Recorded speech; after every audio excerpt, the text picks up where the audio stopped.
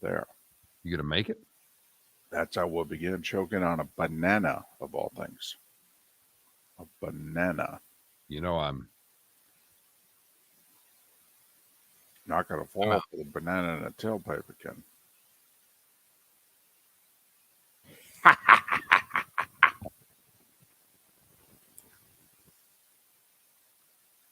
One of the great laughs of all time.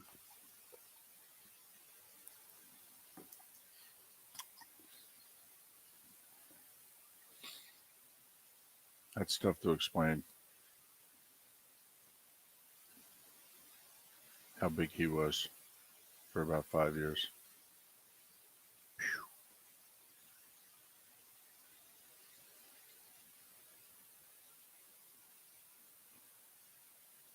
Yeah, if Pete Davidson does like 6 good movies in a row, it would be him.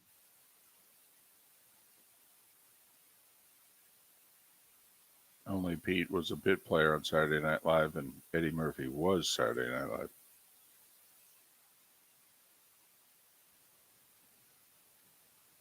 He saved it. Mm-hmm. I mean, he saved it. And they've had some good, they've Piscopo and Billy Crystal and what have you, but it was Eddie Murphy who saved it.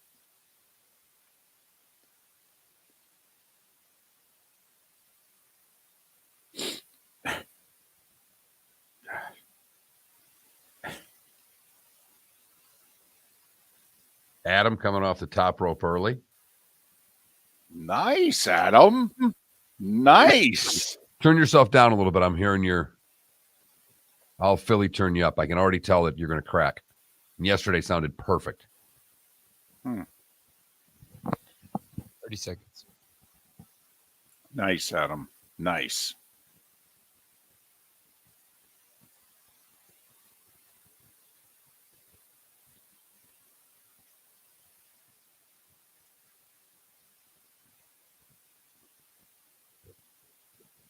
Ten seconds.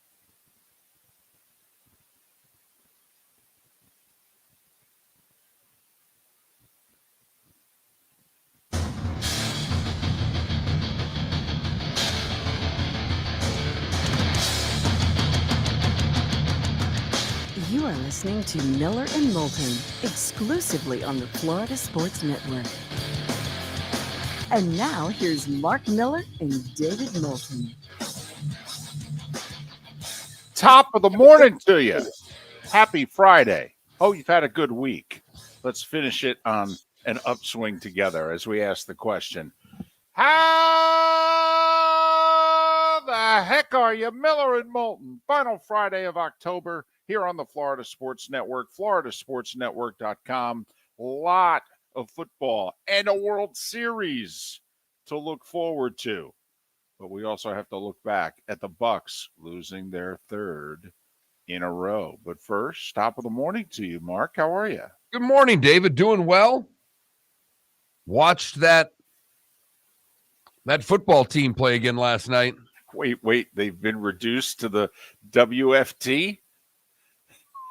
Woo-wee. Although I think They Brady came out of the gates looking so good. I was so happy. Yeah. Like, there we go. Go. Opening up holes, running the football. Okay. Yep. Enough of that. Yep. Just they're not very good right now. And when you consider they lost back-to-back games to teams who entered those games with having only one win on the season, when they faced the 4-3 Ravens, you figure, well, this is going to be harder. And it was. It was a fascinating play-calling game by the Ravens, I thought. Just fascinating. If you think, and I don't know if this hit everybody, but, I get obsessed by numbers sometimes. And in the first half, the Ravens ran the ball 7 times. And Lamar attempted 32 passes. He was sacked twice and threw 30. So your play calling ratio, if you take sacks out of it at the half, Ravens 7 runs, 30 passes. Second half, Ravens 8 passes, 26 runs. They ran for over 200 yards just in the second half. And Lamar was 8 for 8 in the second half. I mean, they played damn near a perfect half of offensive football on the road against a team that at one point in time had a pretty good defense. But it looks like they've lost Shaq Barrett for the year. And on the other side, Tampa opened up the third quarter with a 3-and-out and a 4-and-out. Well, and really, Mark, after putting the 10 points on the board, you could go back, if you want to go take a look at the play-by-play and look at the Bucs drives until midway through the fourth quarter. From late first quarter till 10 minutes to go in the game, something like that. You take a look at those drives. And David's second quarter, 3-and-out, 3-and-out. They had a big 6-play drive. Yeah, at the end of the half, right? At the end of the half there. And then they come out with 3-and-out, 4-and-out. So, that's 5 drives and 2 first downs is what that is in a 5-drive sequence that encompass. I mean, that's almost half the possessions that you have in the game. And it was right there in the guts of the game. They held off the Ravens at the end of the first half. Once again, apparently a field goal is the worst thing in the world. Apparently settling for a field goal. You know what? Fire me. I'd rather be fired than settle for the 27-yard field goal. Now, I get it. It's disappointing to drive that far down the field and then settle for a field goal. I get it. But, I mean, it is points. You'd only scored 3 up until that point. It was looking like a low-scoring defensive game. In theory, you needed 2 scores to win. Here was one of them. But they went for it, and they were stopped. And when they were losing. And so, Mark, I wanted the Bucs to win just because, I don't want them to be lousy. I was openly rooting for them last night for that very same reason. But when John Harbaugh bypassed the field goal, well, you know what happened to me then. Now I'm emotionally invested. And then, of course, the big letdown. Of course, the funny thing is they'll probably still be tied for first when the weekend comes and goes, although Atlanta's hosting Carolina. The Bucs could be a second-place team. And if the Saints win at home, they could be tied with somebody for second place.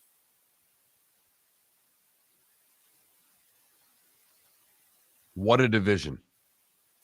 And what a season this has turned out to be. Tampa Bay's 3-5 and Green Bay's a double-digit underdog to, even though the Eagles have the better record, most people feel the best team in the league on the road. The Bucs and the Packers could both be 3-5 heading into November. I mean, could you imagine if you put the prop bet on the board? I mean, honestly, the manager of the casino might come over to you and go, "That's cute. You're fired." We're not going to get any action on that. Nobody's going to take that bet.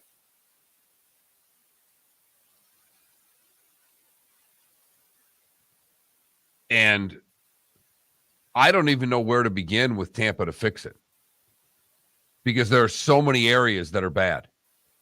It's hard to lay a lot on the defense. Yeah, they gave up a bunch of yards, but at the end of the first half, I think the plays were 53-33, David. So, the disparate, I think that might have been after the third. The plays run were such an advantage for Baltimore that it wasn't even funny. At some point, you've talked about this for years, David. At some point, your defense is just done.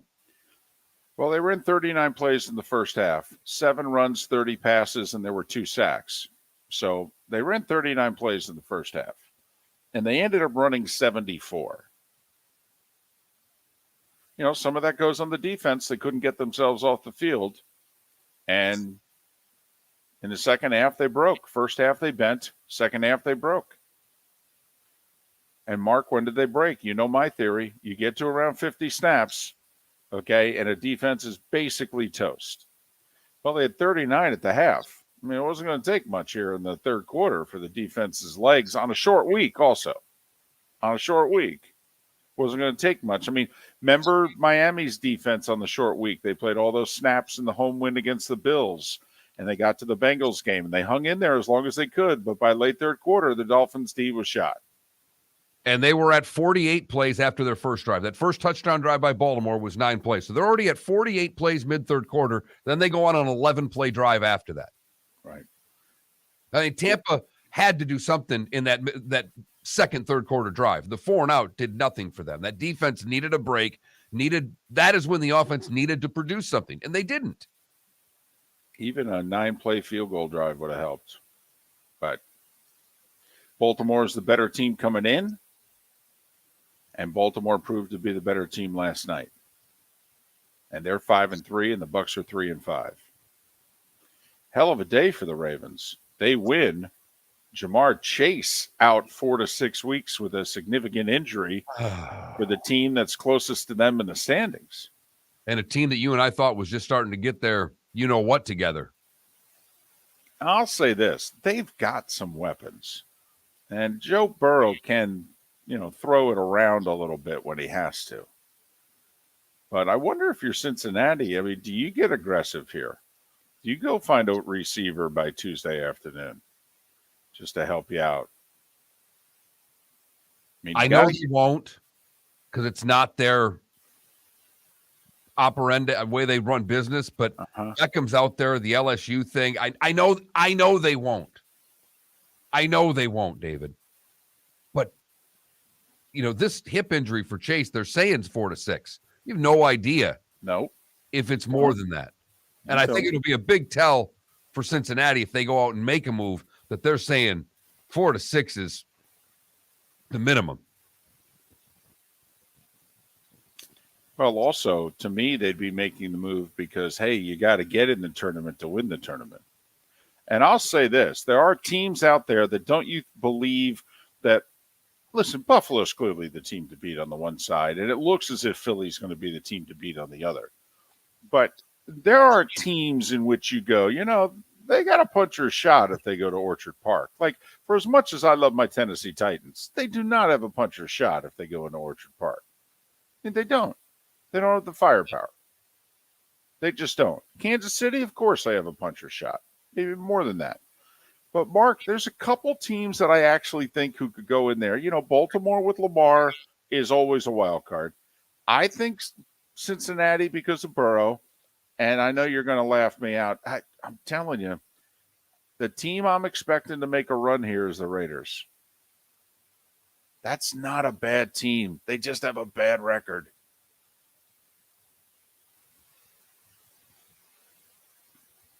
Well, and I think the Chargers could have been that team, but as banged up as they are. Now their coach is an idiot. You're right, but no Williams now for a few weeks. Allen's been out. You can't, and their defense is a little banged up. Nothing's going right there, and they're coached by a moron. So, yes, David, there's that.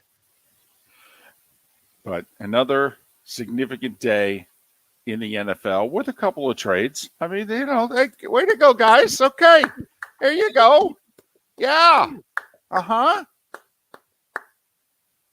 Another lesson for teams out there. Who made the significant trade yesterday? The Kansas City Chiefs. Right. At a position in which you thought they got numbers. They didn't need to go get a wide receiver, right? I mean, offensively, they're putting up the same numbers they did the last 4 years. What do they need to go improve the offense for? And see, that's how it works. That's how it works in the NBA and Major League Baseball and the NHL. You got a chance to get a good player, you go get a good player. You got a chance to make your team better, you make your team better. Right. That's what the trade deadline's all about. That's what I like to see. Maybe a few other teams will go, well, the Chiefs have been successful and they're making trades. Averaging over 30 points a game, and they went and got a wide receiver. How about that? I just thought the irony of the trade was, the Giants with that deep wide receiving core were moving a receiver yesterday. That's what struck me about it. With a team that has so many receivers, let's get rid of another one. And a guy who's been out injured for over 3 weeks, and he gets traded, and he sends out a tweet, and he goes, "I'm not injured." No, not that he quit on the team or anything. No. Nothing to see here. Football Friday on Miller and Moulton. Lee Sterling will make his picks. Pat Kirwan to talk all things NFL. Chris Landry will talk college football. And in the bonus hour, Wright Thompson, acclaimed author, will join us as well. Great show lined up for you. The starting five, a mere 25 minutes away, right here on Miller and Moulton. Where else but the Florida Sports Network?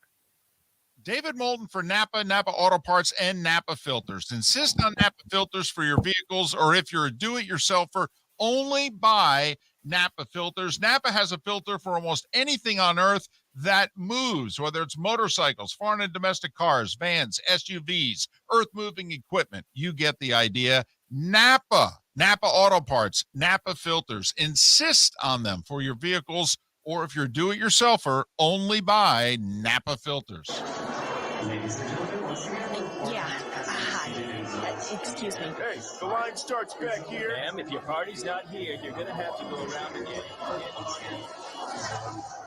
If you had the opportunity to avoid all this, wouldn't you?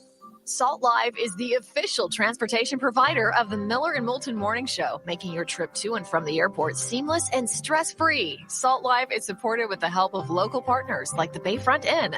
Gather your family and friends and enjoy a leisurely day on the water with a pontoon or deck boat. If you prefer to explore the waterways without a motor, the Bayfront has canoes, standboards, and kayaks. At the end of your journey, enjoy lunch or dinner at the Bamboo Tropical Bar and Grill. The Bayfront Inn, something for everyone on 5th Avenue in downtown Naples. BayfrontInNaples.com. When you need a ride, book with Salt Live Transportation, 308-8686, or book on saltlivetransportation.com. Mark Miller for SWFL Golf Carts, or online, flgolfcarts.com. If you're looking for a golf cart, an e-bike, or an e-motorcycle, go visit Alex and the gang at SWFL Golf Carts. flgolfcarts.com online. Check out their whole inventory. If you're looking for a custom cart, they can take care of you. 2-seater, 4-seater, 6-seater, they've got you covered. E-bikes, nobody better for value and service. E-motorcycles, check them out. Again, flgolfcarts.com. flgolfcarts.com. You are listening to Miller and Moulton on the Florida Sports Network.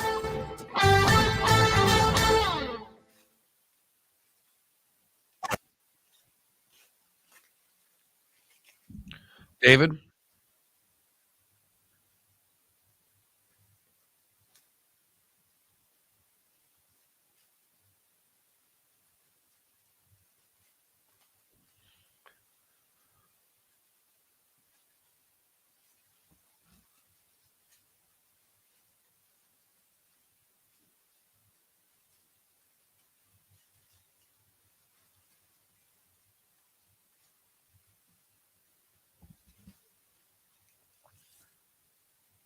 David. Can you turn yourself down even a little bit more and overmodulated like a couple of times? If you can't, Wow, this is weird. I know you're, but it's. I'm just saying it's weird. Yeah, I don't. I mean, my volume level is half the level it was like Tuesday. Yeah. So, but whatever is needed. I don't care.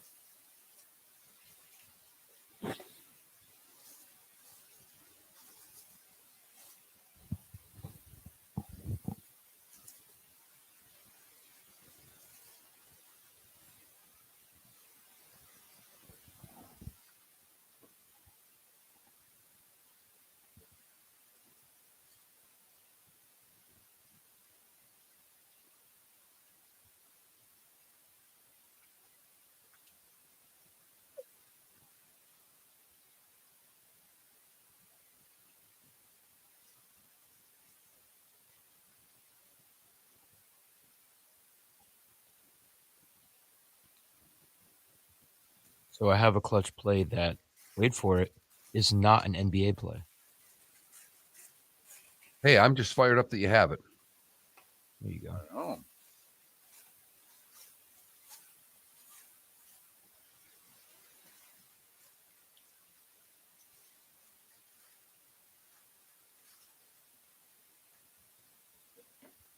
What the hell?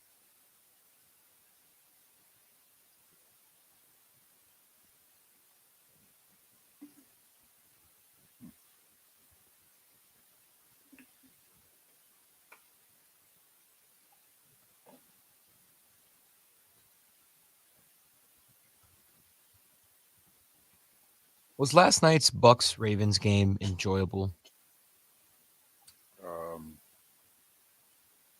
You know,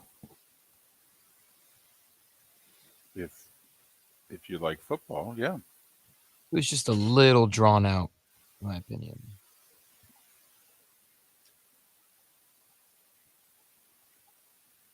So one thing I like about the NFL, it moves along.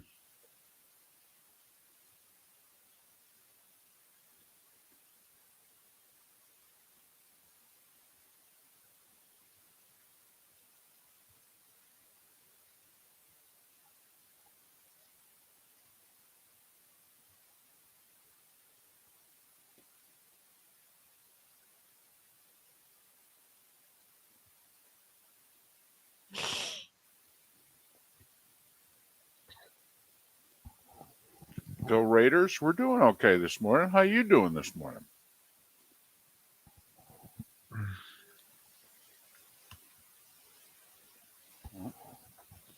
Paul, good luck.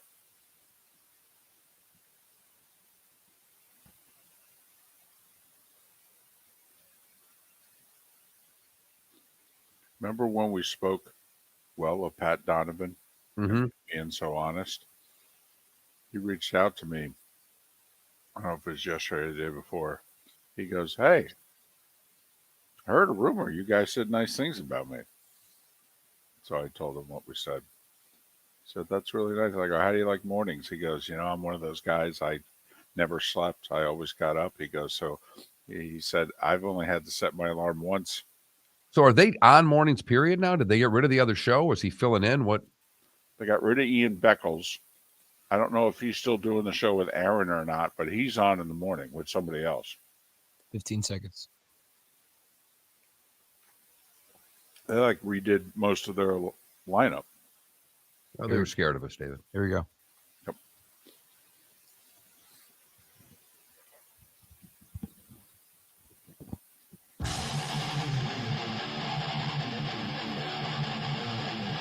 You're listening to Miller and Moulton, exclusively on the Florida Sports Network.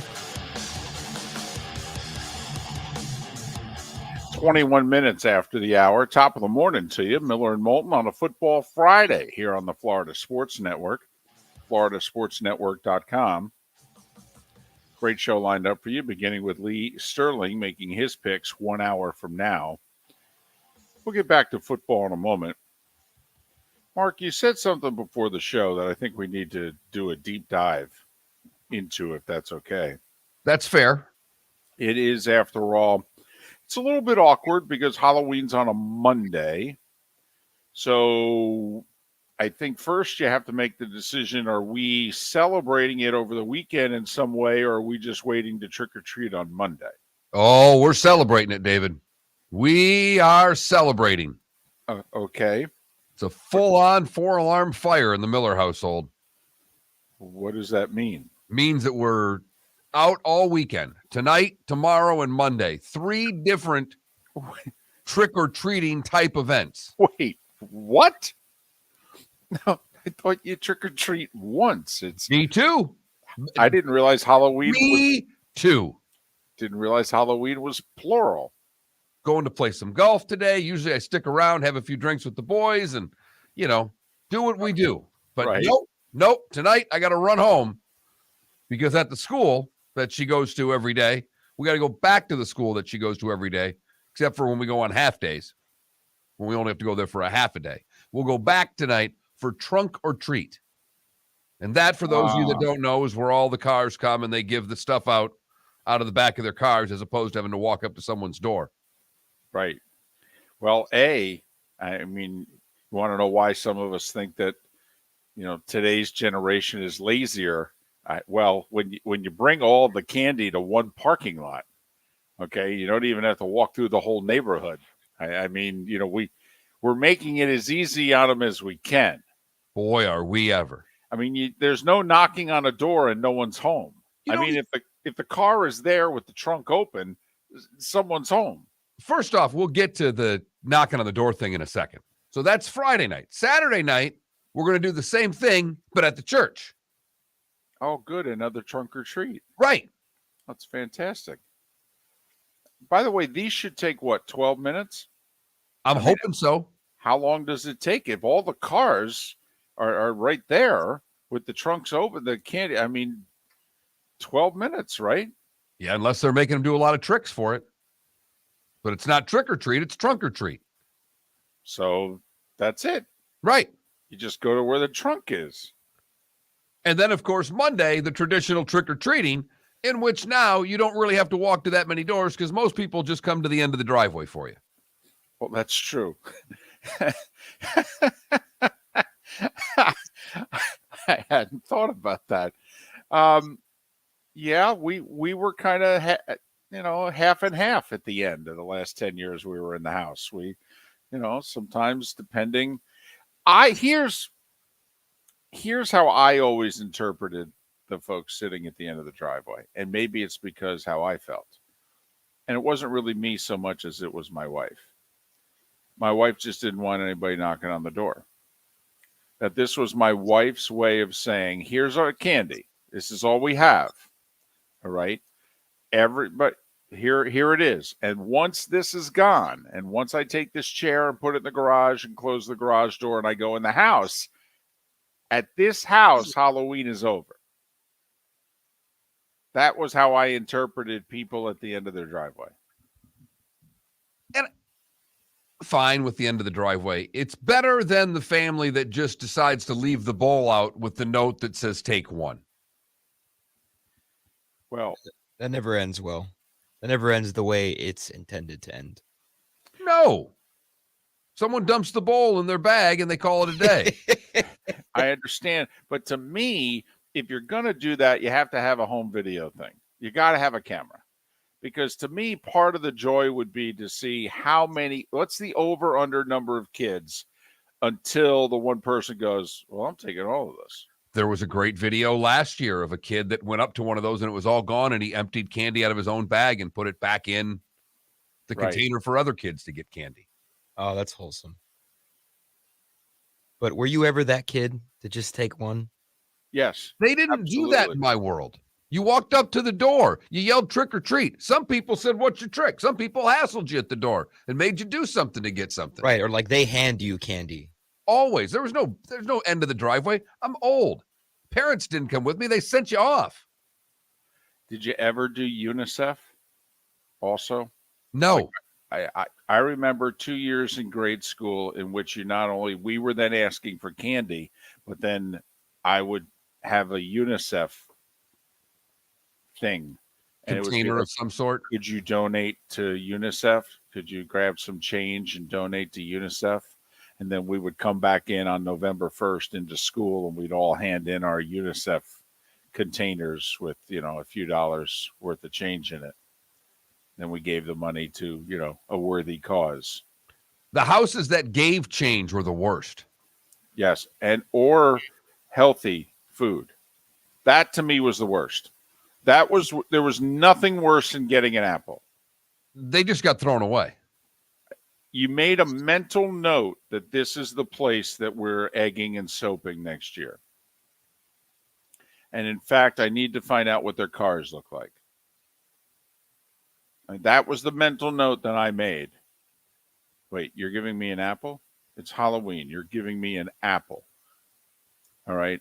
I would really rather you give me a big thing of chocolate with a razor blade sticking out of it. Okay. Honestly, that you're giving me an apple. One time I got a Jamaican pancake. Did you have to eat it right there? Oh, I ate it right there. Yeah. I'm like, I'm not going to put this with my candy. I got to eat this panque Jamaica. Come on. So you are going to trick or treat. Is it trick or treating on Halloween? It is trick or treating on Halloween. So it's not 3 trunk or treats. You've got a Friday trunk or treat, a Saturday trunk or treat, but you are right now trick or treating on Halloween. I am, but in continuance of trying to make this generation the softest generation ever, period. Right. I will have a golf cart for my daughter to ride around the whole neighborhood in. Oh, that is so pathetic. That's more for dad. let's be frank here. That's for me. One, I can be lazier and I don't have to walk. Two, I have a large cooler. And my neighborhood's pretty good in a few areas of having adult beverages set up for those of us that are walking with children. Gotcha. So I will have a working bar on that golf cart to help out other parents. So do you just drive around and you pull up to, like, Tony and Joanne are walking with their kids down the street and you go, you guys look like you could use a refreshment. And then you just start handing some stuff out? Yeah. Got a stack of red Solos, scoop of ice. Boom. Here's my question. Is it you or your wife? Who gets assigned to stay back at the house? It's not. I am assigned to take the daughter trick-or-treating. The wife will be giving out the candy. Okay. Well, I will say that's I have to admit, you two are at least putting your best foot forward.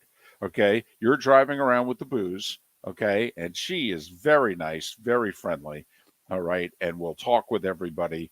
And so, yes, you guys you're doing it the right way, because in reverse, that would be a mistake. What are you trying to say, David? I'm saying that there's a chance that by 6:00 on Monday night that you could not be as friendly as maybe you should be on Halloween. Even though you're great with kids, I'm just saying, first off, you had to get up at like 4:30 and deal with me. All right. And this will be your 13th Halloween. Okay. By 6:00 on Monday. I'm just saying you might be a little ornery. Now, if you're in a golf cart with refreshments, you're going to be great. It's true. And I'll get a big fat nap in. Well, it's a big day. 3 days of candy, 3 days of fun. Sugar high for a month and a half. This candy will last until Christmas. Miller and Moulton, the starting five, is on the other side right here on the Florida Sports Network. Yeah. Hi. Excuse me. Hey, the line starts back here. Ma'am, if your party's not here, you're going to have to go around and get it. If you had the opportunity to avoid all this, wouldn't you? Salt Live is the official transportation provider of the Miller and Moulton Morning Show, making your trip to and from the airport seamless and stress-free. Salt Live is supported with the help of local partners like the Bayfront Inn. Gather your family and friends and enjoy a leisurely day on the water with a pontoon or deck boat. If you prefer to explore the waterways without a motor, the Bayfront has canoes, standboards, and kayaks. At the end of your journey, enjoy lunch or dinner at the Bamboo Tropical Bar and Grill. The Bayfront Inn, something for everyone on 5th Avenue in downtown Naples. BayfrontInNaples.com. When you need a ride, book with Salt Live Transportation, 308-8686, or book on saltlivetransportation.com. Mark Miller for SWFL Golf Carts, or online, flgolfcarts.com. If you're looking for a golf cart, an e-bike, or an e-motorcycle, go visit Alex and the gang at SWFL Golf Carts. flgolfcarts.com online. Check out their whole inventory. If you're looking for a custom cart, they can take care of you. 2-seater, 4-seater, 6-seater, they've got you covered. E-bikes, nobody better for value and service. E-motorcycles, check them out. Again, flgolfcarts.com. flgolfcarts.com. David Moulton for Napa Auto Parts, and Napa Filters. Insist on Napa filters for your vehicles, or if you're a do-it-yourselfer, only buy Napa filters. Napa has a filter for almost anything on earth that moves. Motorcycles, foreign and domestic cars, vans, SUVs, moving equipment. You get the idea. Napa Auto Parts, Napa filters. Insist on them for your vehicles, or if you're do-it-yourselfer, only buy Napa filters.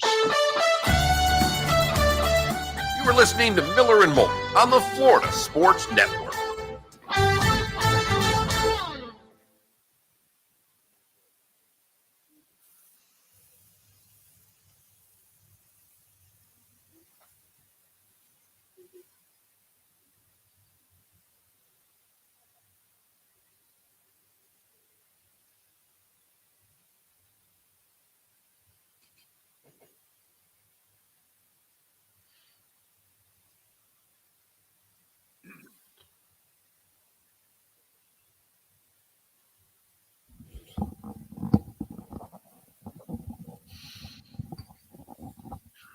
You know, the Bucks will not be in first place on Monday.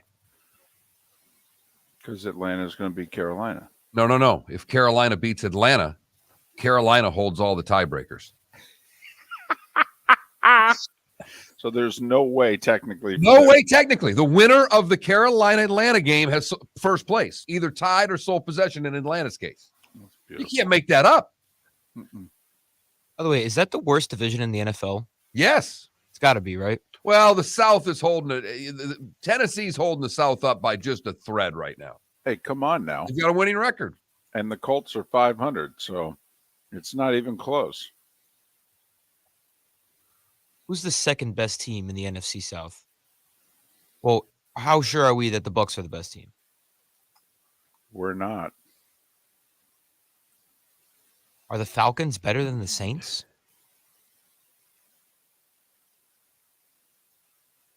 They seem to be playing better. I would agree with that. They are playing better. But they aren't better. New Orleans has been decimated by injuries. Whole question could be about Halloween. Do you still dress up was my thought for a Halloween question. Who you picking to win the World Series? Do you still dress up for Halloween? I like that. Mark, what are you dressing up as? I don't dress up. Oh, come on, man. I've dressed up twice in my adult life. And by adult life, do you mean like after 25? Yeah. Okay. Yeah. I dated someone one time that wanted to go to a party, and we dressed up after I got divorced. And I went to a party at someone's house where we all went as the cast of The Wizard of Oz, I think. Yeah, I think that's what it was.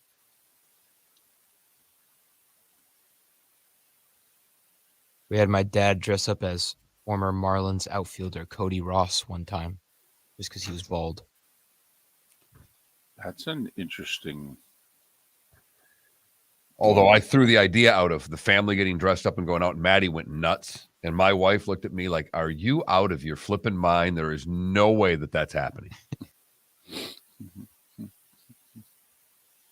She's more anti than I am. Interesting. The most creative holiday. Yeah.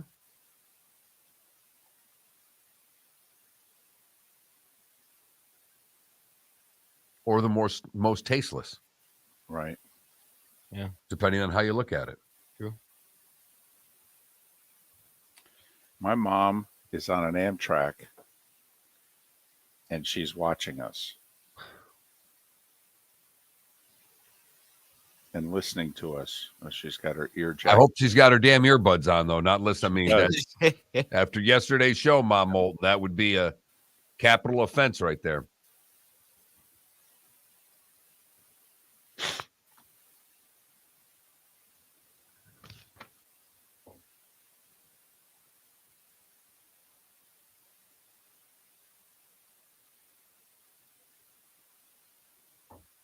The Knicks are a fun team to watch. I think I said that yesterday, but I'll say it again. It's been a long time since you could say that, but so far anyway, they're playing very up-tempo. They haven't had this good point guard play since Jeremy Lin for 2 weeks in 2012.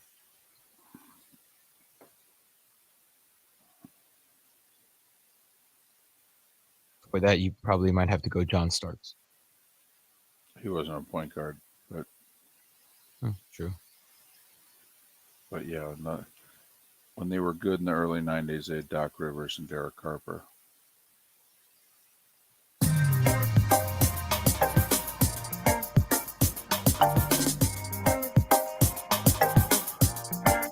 Welcome back to Miller and Moulton, only on the Florida Sports Network.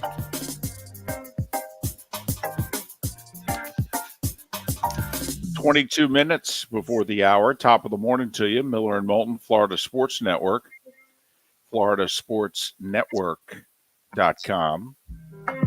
Lee Sterling, 40 minutes from now, he makes his picks. Another winning week for Lee last week. And for the record, he got his game of the week right. Well, since I had a winning week, I still get to keep making picks. And what? This is it for Maddie? It's do or die week for her. Right. Not only is her livelihood on this show up for grabs, but most of her Halloween candy as well. Wow. That's the price, huh? You know what's really wild? My daughter does not like chocolate. So mom and dad, now she likes all the sweet candies, the gummy worms and that stuff. She doesn't really like. She likes the Reese's, but doesn't like chocolate bars. Huh. So we make out parents- well. Right. Yeah. I should balloon right up for Thanksgiving. Oh, good. So you got that going for you. Got that to look forward to. All right. Good. And then, it's not like there's not Thanksgiving a couple of weeks later. So, Right. That'll be by the time the Halloween candy runs out, well, let's just eat for 3 days. Let's have some turkey and some stuffing and mashed potatoes. Right. And, December is a big workout month. Right. It always has been. Right. Time of the year you lose a lot of weight. Yes. A lot of weight in December. Mm-hmm. Right. Okay. Mark giving you a preview as to how things are going to go over the next 8 or so weeks. Really well. I mean, I actually liked that preview. It sounds pretty good, David. It really does. And now I'm hungry. Time now for...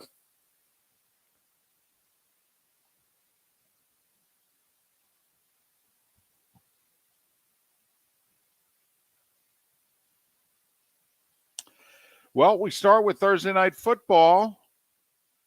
The Bucs had a 10-3 halftime lead. And then the Ravens said, we'll take it from here, thanks. Lamar was perfect in the second half, 8 for 8. Ravens then also ran for over 200 yards just in the second half alone. You add it up, and even though the Bucs threw a late touchdown on the board in the final minute, it was Baltimore 27 and Tampa Bay 22. The Ravens are 5-3. The Bucs are 3-5. They've lost 3 in a row. And it's likely they've lost Shaq Barrett for the year with a torn Achilles. It's not official, but it is suspected. Tampa Bay held to just 44 yards rushing, Mark. 44 yards rushing. Brady did throw a touchdown pass to Julio Jones in the final minute of play. Lots of NFL news from yesterday, however. The Giants traded former Gator and 2021 first-round pick Kadarius Toney to the Chiefs. And the Chiefs gave up more than what a lot of people thought the Giants could get for Toney. Kansas City gave up a third and a sixth. The third will be a compensatory pick that the Chiefs are getting because they lost a front office executive last year. And the sixth-round pick, obviously it's a sixth-round pick, and most of them are not Tom Brady. The Bengals got some really bad news. Jamar Chase out 4 to 6 weeks with a hip injury. Think about how well he performed last week, and he did so with a hip injury. But Chase out 4 to 6 weeks just when the Bengals were getting it going, and they had won 4 of 5. Alan Lazard will not be able to play for the Packers Sunday in Buffalo. The top wide receiver is out with a left shoulder injury. Baker Mayfield is back, and he is healthy after his high ankle sprain, but he is also the backup. For the first time since the first 3 games of his rookie season, Baker Mayfield is officially the number 2 quarterback on the depth chart in Carolina. They are going with P.J. Walker. And Mark, I don't know if you've noticed, and I don't know if I could call it a groundswell, but there are a few NFL folk who are actually getting behind the players' request to make all the fields in the NFL grass. With all the injuries that are happening, and at SoFi this past weekend, there were 2 players who suffered non-contact knee injuries.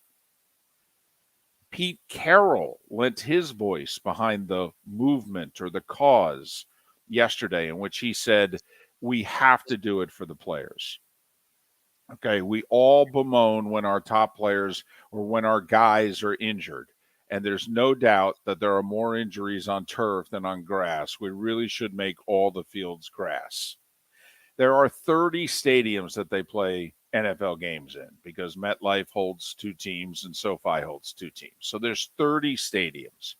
16 of the 30 are grass. Now, like in Arizona and Las Vegas, I believe they play on grass and they literally bring in a tray of grass, that a new field. They wheel it in and the players play on it and then they wheel it out. Because otherwise you would think, how in the world could we play on this indoors? So, some places would have to get creative. New stadiums are being built. Tennessee, they're building a dome. Right now, the Titans play on grass. I'm guessing they're not going to in a few years. The Bills stadium is an outdoor stadium. One would think in that part of the country, they'd be prone to go turf because of what that field could become late in the season. So, but I don't know if it's a groundswell, Mark, but the players seem, this is what got J.C. Treader, by the way, kicked out of the league, blackballed, and nobody picked him up when his contract was up. Because 2 years ago, he was head of the players, and he made a big stink about this. And obviously the owners did nothing except blackball him. Well, now you got Pete Carroll, who's actually saying, I'm on the player side on this, and is going public. So we'll see if this has any movement when the season is over. Don't know if anybody paid attention to the college football games from yesterday. 2 of the 3 were pretty good. Virginia Tech had a 21-3 lead late third quarter and lost in Raleigh to NC State 22-21. And Utah held off Washington State. This is the type of game, Mark, we used to get on Thursday nights. Remember? The Pac. Both games are pretty good games. A good ACC game. NC State's a salty team and nationally ranked. This is Thursday night football before Thursday night football, David. NC State at home ranked. Utah ranked on the road at Washington State, and they held off the Cougars 21-17. Mark, if we had known this, we probably would have bet it. I'm guessing that you didn't know it. I'm assuming you know what. That's dangerous. But Southern Miss played Louisiana, formerly Louisiana Lafayette, last night. I did not know this, but heading into last night, Southern Miss had beaten them 9 times in a row. You know how I am with trends. You bet the trend until it's no longer a trend. Well, they've now beaten them 10 times in a row. 39-24, Southern Miss over Louisiana. No word on the volleyball facilities at Southern Miss and just how well they're financed. No. Too soon? No, it really isn't. Okay. Because that's disappeared again. Right. World Series gets underway tonight in Houston. Boy, you can feel that momentum that they had from the playoffs. Baseball fever. Catch it. Just where did it go? Hello? Oh, the last games were played Sunday. Let's play on Friday. 2-3-2 format. First 2 in Houston, middle 3 in Philly. And if they need to keep playing, they go back to Houston. Game 1 tonight in Houston. Aaron Nola, who's the number 2 starter for the Phillies, gets the ball against Justin Verlander, who's the ace of the Astros, but whose postseason record is not his regular season record. And you can get to him early in the playoff games. Throughout his career, that's been the case. So we'll see if the red-hot Phillies bats have been cooled off during these 4 days off. These 2 teams did not play during the regular season, which will never be the case again. Because beginning next year, everyone's playing everyone in Major League Baseball during this season. So this will be the last time, Mark, that the World Series is, the World Series. You got one team in one league, one team in the other, and of course they didn't play against each other because they're in different leagues. That's how it used to be, ladies and gentlemen. Memories.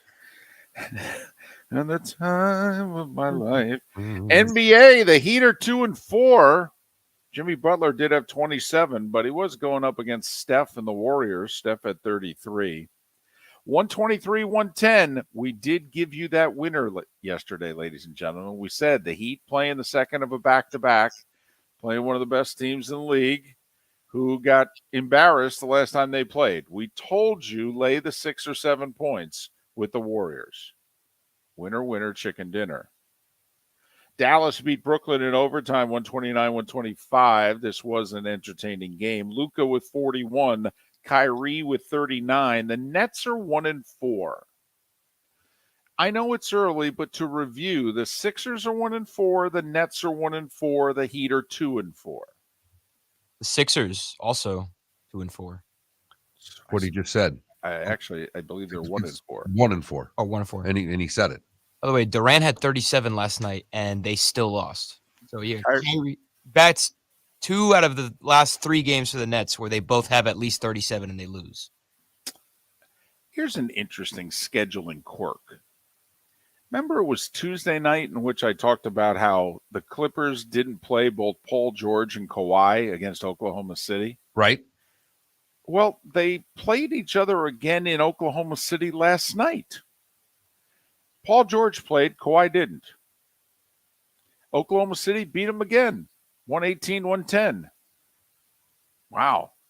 How much partying do you think the Clippers did? 3 nights in OKC. Not that much. It was OKC after all. Well, you think they hopped a plane to Dallas-Fort Worth? Or Vegas. Heck, since OKC used to be the Sonics, maybe they spent a night in Seattle. Hello. Sacramento's 0-4. Memphis won every quarter and beat them 125-110. Panthers outshot the Flyers 50-22 and lost. 4-3 Flyers. Boston 6-1. Bruins got 2 goals and assists from Brad Marchand, who came back in the 5-1 win over Detroit. Minnesota snapped Ottawa's 4-game winning streak 4-2. Montreal edged Buffalo 3-2. Brendan Gallagher with 2 goals. Roman Josi with a goal and 2 assists. Nashville over St. Louis 6-2. Conor McGregor, routine night at the office, 3 goals and an assist. Draisaitl, the game winner in the final minute, 6-5 Edmonton over Chicago. Jake Ottinger with 27 saves for the Stars in their 2-0 win over Washington. Vancouver gets their first win of the year. They do so. Bruce Boudreau. They do so at the expense of the Kraken. 5-4. Winnipeg 6-4 over the Kings, and San Jose 4-3 over Toronto in overtime. In golf, they're in Bermuda on the PGA Tour. Harrison Endicott, Austin Smotherman. Now there's a leaderboard for you. There you go. Harrison Endicott and Austin Smotherman. Smotherman sounds like it should be like a linebacker or defensive tackle, right? Who we playing at the nose? Smotherman. Either that or it's a family restaurant in a small town. I like it. Where are we going for dinner? Smotherman's. Right. We got the meatloaf tonight. I was going to say, love the pasta there. They're both 9 under, 1-shot lead over 5 guys. And the LIV ends their season beginning today at Trump Doral in Miami. It's the season-ending team competition. They're competing for like $50 million. Yeah, over 54 holes. It's ruthless. A lot on the line. All right, and since it's in Miami, both the wives and the girlfriends are all there dressed up partying. But the golfers aren't, because they can untuck their shirts and wear shorts if they want. They don't care anymore. It's fantastic. It really is. They got Rory barking at them, and they're basically sitting there going, I'm sorry, I cannot hear you. I cannot hear you with all this money in my ears. And that was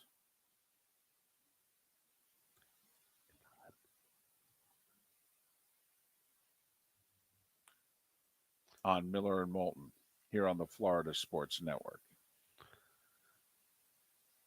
Good show lined up. Lee Sterling will join us coming up in a little more than 20 minutes. Pat Kirwan, Chris Landry, and Wright Thompson all scheduled to join us as well today on a Football Friday. McDavid's goal, that was the hat trick goal, was just spectacular. He's a highlight reel every damn night. He's amazing. I don't know that there's been a more talented player. It's tough to say anybody's ever greater than 99, but could he be the second best Edmonton Oiler of all time? That in and of itself would be remarkable. Mark Miller for SWFL Golf Carts or online, flgolfcarts.com. If you're looking for a golf cart, an e-bike, or an e-motorcycle, go visit Alex and the gang at SWFL Golf Carts. flgolfcarts.com online. Check out their whole inventory. If you're looking for a custom cart, they can take care of you. 2-seater, 4-seater, 6-seater, they've got you covered. E-bikes, nobody better for value and service. E-motorcycles, check them out. Again, flgolfcarts.com. flgolfcarts.com. Don't miss the Miami Dolphins watch party every Sunday at the Seaside Bar and Grill in Bonita Springs. Presented by Clutch Vodka. The Seaside will be serving Clutch Vodka drinks, including the awesome Bloody Mary bar at the Seaside. If you can't be at Hard Rock Stadium, come have fun at the best place in town to watch the Dolphins and enjoy the best, clean, crisp, smoothest vodka. That's Clutch with a K. Miami Dolphins parties every week at the Seaside Bar and Grill on Old 41 in Bonita Springs. Powered by Clutch Vodka. David Moulton for Napa Auto Parts, and Napa Filters. Insist on Napa filters for your vehicles, or if you're a do-it-yourselfer, only buy Napa filters. Napa has a filter for almost anything on earth that moves, whether it's motorcycles, foreign and domestic cars, vans, SUVs, earth-moving equipment. You get the idea. Napa Auto Parts, Napa filters. Insist on them for your vehicles, or if you're do-it-yourselfer, only buy Napa filters. Yeah. Hi. Excuse me. Hey, the line starts back here. Ma'am, if your party's not here, you're going to have to go around again. If you had the opportunity to avoid all this, wouldn't you? Salt Live is the official transportation provider of the Miller and Moulton Morning Show, making your trip to and from the airport seamless and stress-free. Salt Live is supported with the help of local partners like the Bayfront Inn. Gather your family and friends and enjoy a leisurely day on the water with a pontoon or deck boat. If you prefer to explore the waterways without a motor, the Bayfront has canoes, standboards, and kayaks. At the end of your journey, enjoy lunch or dinner at the Bamboo Tropical Bar and Grill. The Bayfront Inn, something for everyone on 5th Avenue in downtown Naples. BayfrontInNaples.com. When you need a ride, book with Salt Live Transportation, 308-8686, or book on saltlivetransportation.com. Mark Miller for SWFL Golf Carts or online, flgolfcarts.com. If you're looking for a golf cart, an e-bike, or an e-motorcycle, go visit Alex and the gang at SWFL Golf Carts. flgolfcarts.com online. Check out their whole inventory. If you're looking for a custom cart, they can take care of you. 2-seater, 4-seater, 6-seater, they've got you covered. E-bikes, nobody better for value and service. E-motorcycles, check them out. Again, flgolfcarts.com. flgolfcarts.com. You were listening to Miller and Moulton on the Florida Sports Network.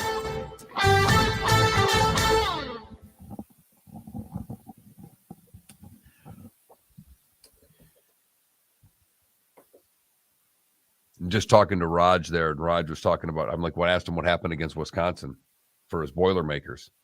And he was talking about how Wisconsin's owned him ever since the year David picked Purdue to win the Natty. I'm like, I forgot all about that. Yep. No Ohio State, no Michigan. No Michigan.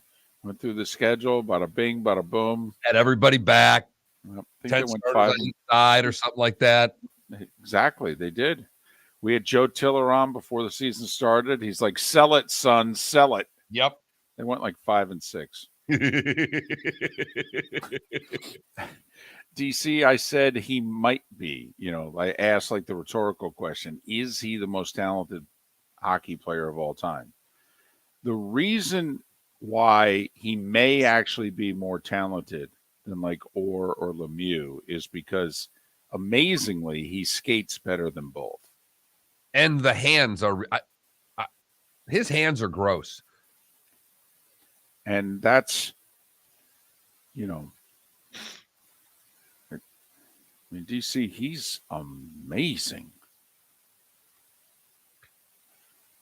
Whenever they're on, I watch. I watch for as long as I can. He's that good. Lemieux did have great hands. Lemieux had great everything. Lemieux had great everything. Lemieux had more talent than Gretzky. He did. Yes, he did.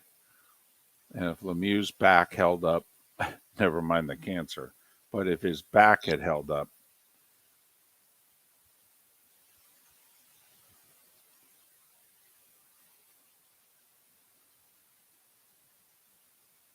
mean, he missed like 2 months one season because right before the game, he leaned down to tie his skates and his back flared up on him and he couldn't play for 2 months.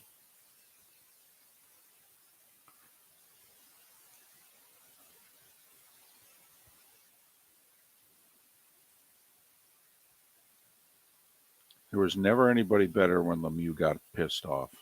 Pardon my language. Because Mario didn't necessarily hit. But when he got really mad, he would go out there for a few shifts and he would just hit everything. And he just kind of reminded everybody, this is how huge I am. Okay. If you want to play this way, it's going to be a long ass day for you guys.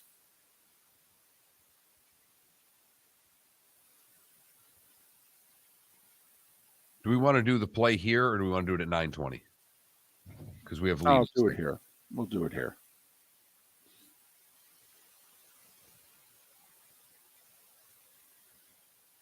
One minute. Well, Klecko, I mean, it's tough to convince me that there's ever been anybody better than number 11, but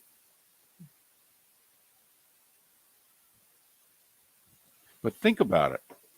If you're just on the Edmonton Oiler pantheon, I mean, obviously you start with Gretzky, but then you got Messier, you got Coffey, you got Fuhrer, you got Curry. I mean,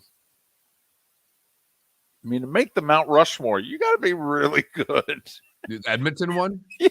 Yeah. And to think that he could be, when it's all said and done, could be the second greatest Edmonton Oiler of all time is astounding. 10 seconds. Does need to dance with Lord Stanley, though.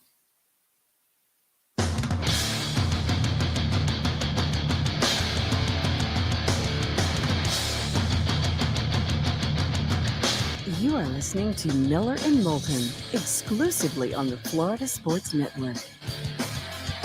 And now here's Mark Miller and David Moulton.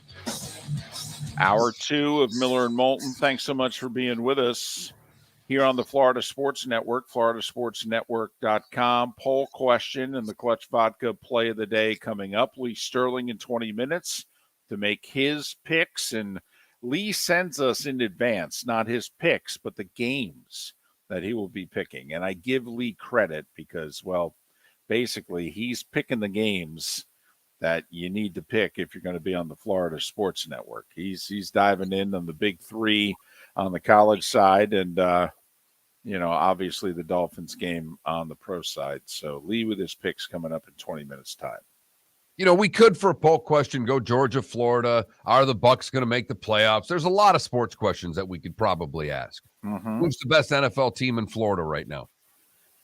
Wow. Yeah. Wow. Mm-hmm. It's got to be the Dolphins, right? It They have is. a winning record. I mean, come on. Right. Well, we did have the fascinating suggestion from Adam in our Twitch chat room who should just ask who's going to end up with more wins, the Jags or the Bucs. Boom! Just a haymaker at like 5:57 in the Twitch chat room. Right. We had just turned the lights on, for crying out loud, and got hit with that one. Right. He's coming off the top rope. Man, oh, man. Well, home away from home. He's a Jaguars fan. They're in London, Mark. I mean, just... Can they beat a limber Russell Wilson? Not necessarily a healthy Russell Wilson, but a limber one. Right. But I thought we could just ask, because I am now trunk-or-treating twice and trick-or-treating on Monday. Do you still dress up for Halloween? As an adult, do you still dress? And I don't care if it means, I have friends who do the whole husband and wife do their thing and the kids, and they're a little theme going around the neighborhood. Right. Okay. That's cute. It is cute. That's Not cute. anything I'm doing, but it's cute. Right. And some of those husbands, they don't want to admit it on the poll question that they actually dress up because their wives make them. Right. Well, I mean, I haven't dressed up very often as an adult, but Did you ever do a local news in a costume? Did you ever have a newscast that did a Halloween newscast all wearing costumes? No, we were not. for no other reason. Actually, that's not true. My very first gig in Scranton, we were a young weekend crew. Everybody was under 30. We did do the news on Halloween. It fell on a weekend. We did it in costume. So I was in my early 20s. So I was the youngest of the crew, but all of us were under 30. And yes, we did it. We didn't tell management we were doing it. The station was in the middle of a sale. Management didn't care. Larry Styrwall, God bless him, was our news director. Larry was like, I don't care. I'm getting fired as soon as the sale goes through anyway. So do whatever you want. So we did. But that's the only time I can remember in the career getting, where all of us got dressed up because, Mark, we have certain anchors, usually male, in which I am the voice of the community. I cannot be seen dressing up like Fran Tarkington. No, I get it. The weather guy can be zany. The sports guy can be zany. Right. Traffic for sure now if you're doing that. But the news anchors, that's crossing a line. Bob Buchanan, our weather guy in Binghamton, he wouldn't do it. He was old. He was crusty. He had an awful hairpiece. There's no way he was doing it. No. Mm-mm. Leave me alone. All right, Bob. Good talk. And I've dressed up twice in my adult life. One party that I went to with a bunch of people, and we went as I think the Wizard of Oz theme. And I went one other time when I was dating someone, she wanted to wear something, and I was kind of forced into it. My mom dressed up until my mom retired early from being the school nurse. She retired at the first minute she could. She did 25 years. She was in her mid 50s and she retired. She put in her 25 and she was done. But she wore a costume every Halloween while she was the school nurse. Just as the scary school nurse? Well, no, that was the other 179 school days. Okay. On Halloween, she wore a costume. And of course, I always used to bust her chops because I remember when she went into the city as a member of the Village People, dressed in costume. Okay. Because I got to be honest, in 79, 80, 81, if you got dressed up as somebody from the Village People and took the subway into the city, nobody in New York even looked at you strange. I mean, that was New York 40 plus years ago. They're not that far away now. But that's how it was 40 plus years ago. You could walk around as the Village People and people wouldn't even bat an eye. So I said, you doing the Village People thing again? No. Our daughter was a toilet for like 5 years in a row. A toilet. And you opened up the lid and that's where the candy went in. And then you closed the lid. I thought it was one of the best costumes that we'd ever found. It's a brilliant costume. It's disturbing, but it's a brilliant costume. Right. I, however, this year, Mark, and it's because now I'm a grandfather. And so, we have to have pictures with all the generations. Right. Halloween pictures because, and like most kids, she's plump and, the rosy cheeks and the belly and the whole deal. So we'll probably dress her in some pumpkin thing. And then so we're all going to, this weekend, we'll all get dressed up and get a picture taken. First Halloween. Are you going to wear an orange shirt for that if she goes as a pumpkin? No. Apparently, Monsters, Inc. is the theme. Okay. And I am going as one of the characters in Monsters, Inc. I think I'm Sully. That would make the most sense. I think I'm Sully. I am bringing that costume to Monday Night Football. So you are dressing up for Halloween? Yes. First time in forever. Yeah. Well, I think that qualifies as a poll question. If actually half the show is dressing up, I think I'm going to have to move forward with are you getting dressed up for Halloween? Do you still dress up? Look, you can make it simple. Just buy a Texas A&M polo and be Jimbo. I do have a question, though, Felipe. Are you dressing up? Oh, you'll find out Monday. No. It's a very simple question. Yes or no? Yes, of course I am. Come on. All right. No. Because there's there's a year, and it can be in your early 20s, mid 20s, into your 30s, but there's a year in which all of a sudden as an adult you go, I'm done. Look, I don't care that you're 22 years old. Any 22-year-old on earth that doesn't dress up for Halloween is lame. Not necessarily. You could already be a young professional. You know, whatever. You've got professional, schmashessional, whatever. You're 22, and it's the best. It's the most creative holiday there is in America. Mark, when was it that you were like, no, I never dressed up. So I'm apparently the lamest person on earth. That's lame. I'm sorry. All right. In college, did you do it in college? Not really, no. Yeah, we did. Our group in college, we all got dressed up. We decided, we're going to, what have you. I mean, I went as a proctologist one year. So I had the full doctor costume on, and then I walked around with my middle finger up in the air for a couple hours. But that was my impression. What are you doing? I'm a proctologist. Ha, ha, ha, ha. So, I mean, I did a couple of times, but and now it's a lot bigger thing at colleges now than it was when I was at Michigan State. It's now a huge deal. It wasn't as big of a deal then. There were some, and I was not in the Greek system. That was a big deal in the Greek world if you were in a fraternity or sorority. One of my buddies actually got dressed up for class that day. I remember we had a morning class like 8:30 or 9:30. He shows up, he's in costume. I thought that was creative. We were howling a little bit. So is that what we're going with for the poll question? You still dressed up? I like it. I do. And technically now, I would have been a no if we had asked this question at any point in our last 15 Halloween shows. And now this year I'm a yes. Because I'm a granddad and, I have to play along. I really hope that you still have a job come Tuesday. Well, I told you, I'm going to go into the bathroom, okay, and I'm going to put the costume on about an hour before kickoff. So about 7:15, 7:30. And then I'm going to walk into the booth. And I figure that Buck and Aikman will let me know right away whether or not the costume stays on or go back and change. And I think the vote will be split. I do too. I totally think it'll be split. I think Joe will be all in. We work for is going to be the one that's going to tell you to change. And Buck will be very upset that you're changing out of the costume. He'll give me that Aikman laugh, and then he'll go, "That's cute, buddy. Change back."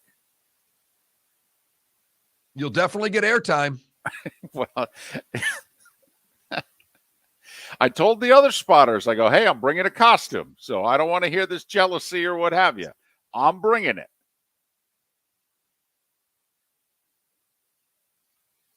So we'll get it up here in a moment. That Mark Miller, the David Moulton. Time now for our Clutch Vodka play of the day. What do we got today, Felipe? Well, it's like you said, Connor McDavid makes watching hockey fun. And last night he had another hat trick. Fought him off, threw it across. McDavid, beautiful drag move to the net, scores! Hat trick, Connor McDavid!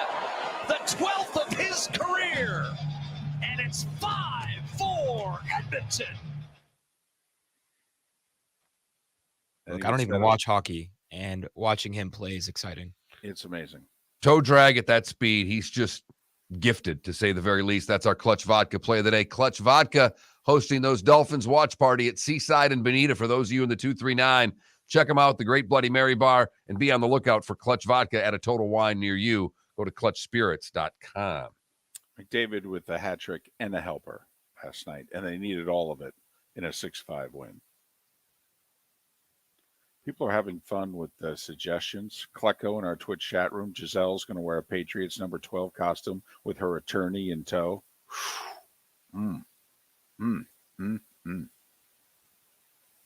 Poor Tom. He's losing. He's not getting any. I mean, this is rough. He needs a slump buster so bad right now, and he can't even do it. Well, they gave him the Carolina Panthers, for goodness sakes. I mean, the NFL did all they could on the schedule.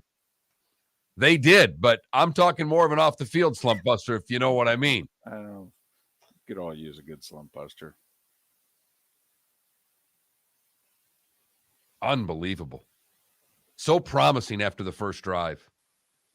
Yeah, and after the second, we're 10-3. Okay, good. Lee Sterling, he's been very promising lately, really, for the year. He'll make his picks next. Mark Miller for SWFL Golf Carts or online, flgolfcarts.com. If you're looking for a golf cart, an e-bike, or an e-motorcycle, go visit Alex and the gang at SWFL Golf Carts. flgolfcarts.com online. Check out their whole inventory. If you're looking for a custom cart, they can take care of you. 2-seater, 4-seater, 6-seater, they've got you covered. E-bikes, nobody better for value and service. E-motorcycles, check them out. Again, flgolfcarts.com. flgolfcarts.com. David Moulton for Napa, Napa Auto Parts, and Napa Filters. Insist on Napa filters for your vehicles, or if you're a do-it-yourselfer, only buy Napa filters. Napa has a filter for almost anything on earth that moves, whether it's motorcycles, foreign and domestic cars, vans, SUVs, earth-moving equipment. You get the idea. Napa Auto Parts, Napa filters. Insist on them for your vehicles, or if you're do-it-yourselfer, only buy Napa filters. Ladies and gentlemen, once again. Hi. Excuse me. Hey, the line starts back here. Ma'am, if your party's not here, you're going to have to go around again. If you had the opportunity to avoid all this, wouldn't you? Salt Live is the official transportation provider of the Miller and Moulton Morning Show, making your trip to and from the airport seamless and stress-free. Salt Live is supported with the help of local partners like the Bayfront Inn. Gather your family and friends and enjoy a leisurely day on the water with a pontoon or deck boat. If you prefer to explore the waterways without a motor, the Bayfront has canoes, standboards, and kayaks. At the end of your journey, enjoy lunch or dinner at the Bamboo Tropical Bar and Grill.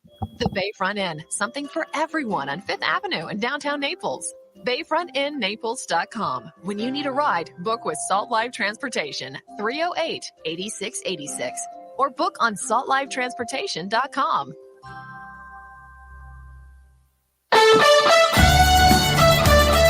You were listening to Miller and Moulton on the Florida Sports Network.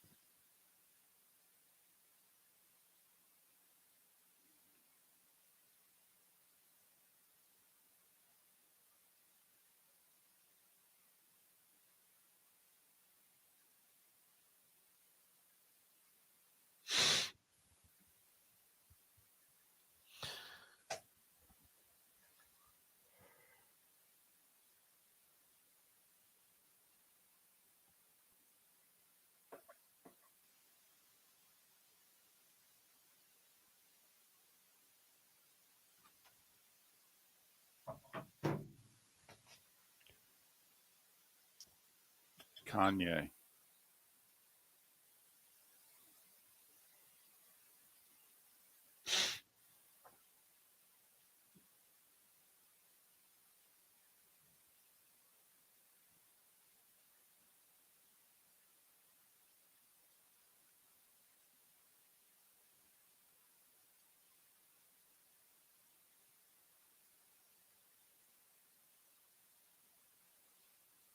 TC, I have no idea.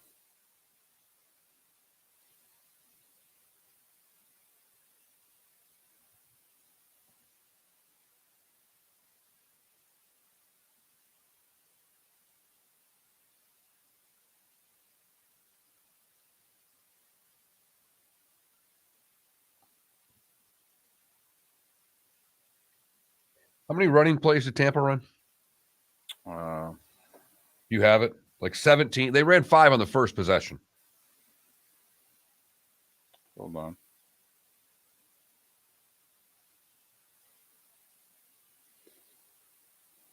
$15. 5 of them were on the first possession. And one of them is a Brady run that was a pass.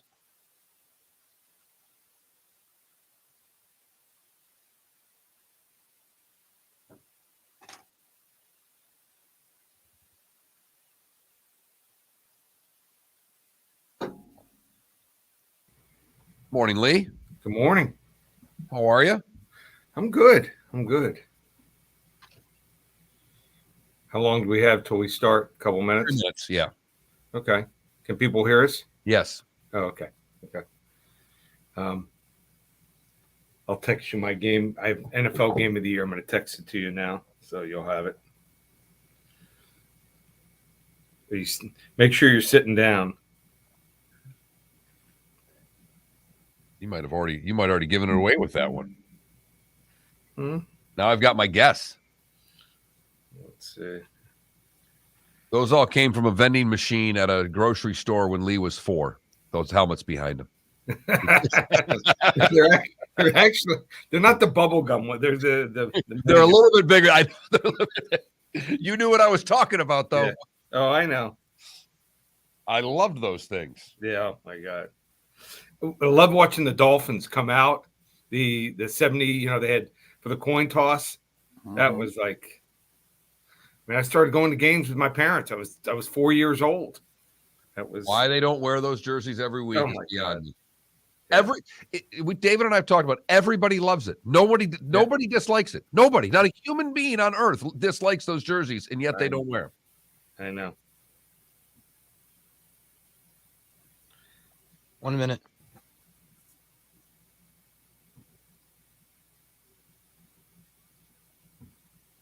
Okay, just sent it. I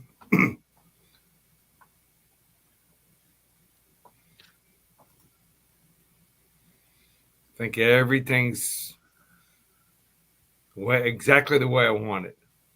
Anything can happen. You can turn the ball over 3 or 4 times, but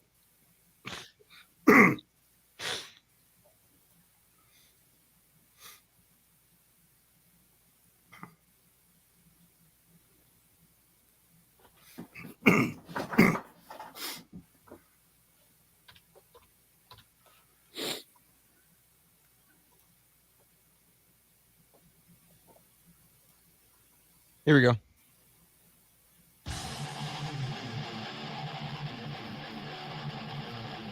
You're listening to Miller and Moulton, exclusively on the Florida Sports Network. 21 minutes past the hour. At this hour on a Friday, that means it's Lee Sterling. Paramount Sports, ParamountSports.com, 800-400-9741 is how you get his winning picks. He's had a very good year and had a good week again on this show last week, a winning week, got his game of the week right. Lee, how are you? I'm good. On a scale of 1 to 10, I'm probably a 9. So, wow. Right there.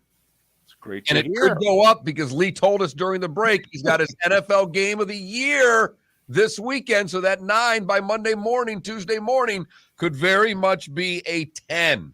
Love it. Love when Lee has the big games. Love seeing his clients cash in because he hit both the big 45-unit plays a couple of weeks ago. Let's get to the games, Lee. You've got this is perfect for the Florida Sports Network. We're going after all the games in our area plus one big pro game. Miami and Virginia. Miami is a 2-point favorite after the clunker against Duke a week ago. Clunker would be putting it mildly.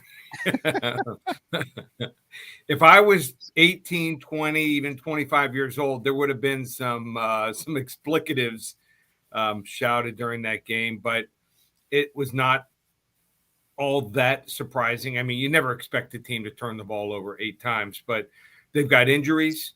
And let's be honest, Murray is not coaching up these kids well enough. They need to play better. I mean, they're 0-6 against the spread. Only team 0 against Division I opponents here. Now, Brennan Armstrong was really good the last couple of years. Been hot and cold this year. He has 3 good receivers, but they have no running game. I don't know what it is. I don't know whether he's injured, something, but his accuracy has not been the same here, and their defense is atrocious. I'm going to say Virginia pulls the upset, though. Might play out perfect. I mean, Miami's getting like 2.5 points now against Virginia. I mean, against Florida State. That's the look ahead line. Miami might be getting 6-7 points by the time kickoff next week if they lose this game here. I just don't think that Garcia. They're going to play Brown, the third stringer, now the second stringer. I think they're going to give him some work here, a couple different packages. But I like Virginia at home. Not a game I'm giving my clients. But I'll take Virginia here, 27-24. Well, tough to bet on the Canes until they at least win one game against the spread, as you mentioned, 0 for the season. So Virginia getting 2 at home against the Canes. Meanwhile, Florida State, coming off a bye, they got to lay 24 against Georgia Tech. So, full disclosure, I don't say this very often. None of these games will be my client games. None of them. They are tough, tough games. We don't know if Jeff Sims is going to play or not. Jeff Sims plays. I might even look to the other side. My guess is they are just putting so many guys listed as questionable. How about last night, Utah? I had the under, but Utah quarterback doesn't even play. Wasn't even listed on the injury reports. And then you combine, there's some teams that have 8-10 guys listed as questionable. So Jeff Sims is a game time decision. I have a feeling, my guess is, based on the line, that he's not playing. If he's playing, the line is 18-19, but it's above 21. So I think he's not playing. Their backup is not good. He's a transfer from a lower division, not much mobility. They got no pass rush last week when they played Virginia at all. And I think that helps Florida State. If Florida State can run and pass, they can get both going. Look out. I like Florida State here, 38-10.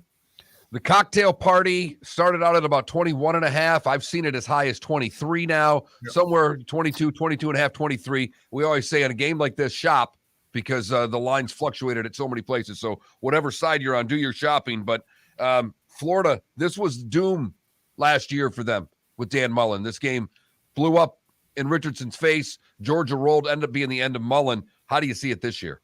So the so-called experts will talk on and on. You're going to hear them in the pregames. Anthony Richardson, only 7 touchdown passes. Okay. But the 3 games against probably the toughest opponents, Utah, they scored 29 points. 33 against Tennessee, 35 on LSU, who's turned out to be pretty darn good. So if that's the case, then Georgia's got to score 45 to 50 points. That's going to be tough. So Stetson Bennett, okay, but not a guy that's going to put up 45, 50 points regularly. Their defense, only 7 sacks in 7 games here. I think Georgia wins 35-25, but this is a rivalry game, and I think Florida's going to come to play here. I'll take the 22.5, 23 points. I think it's going to be a tighter game than most people expect.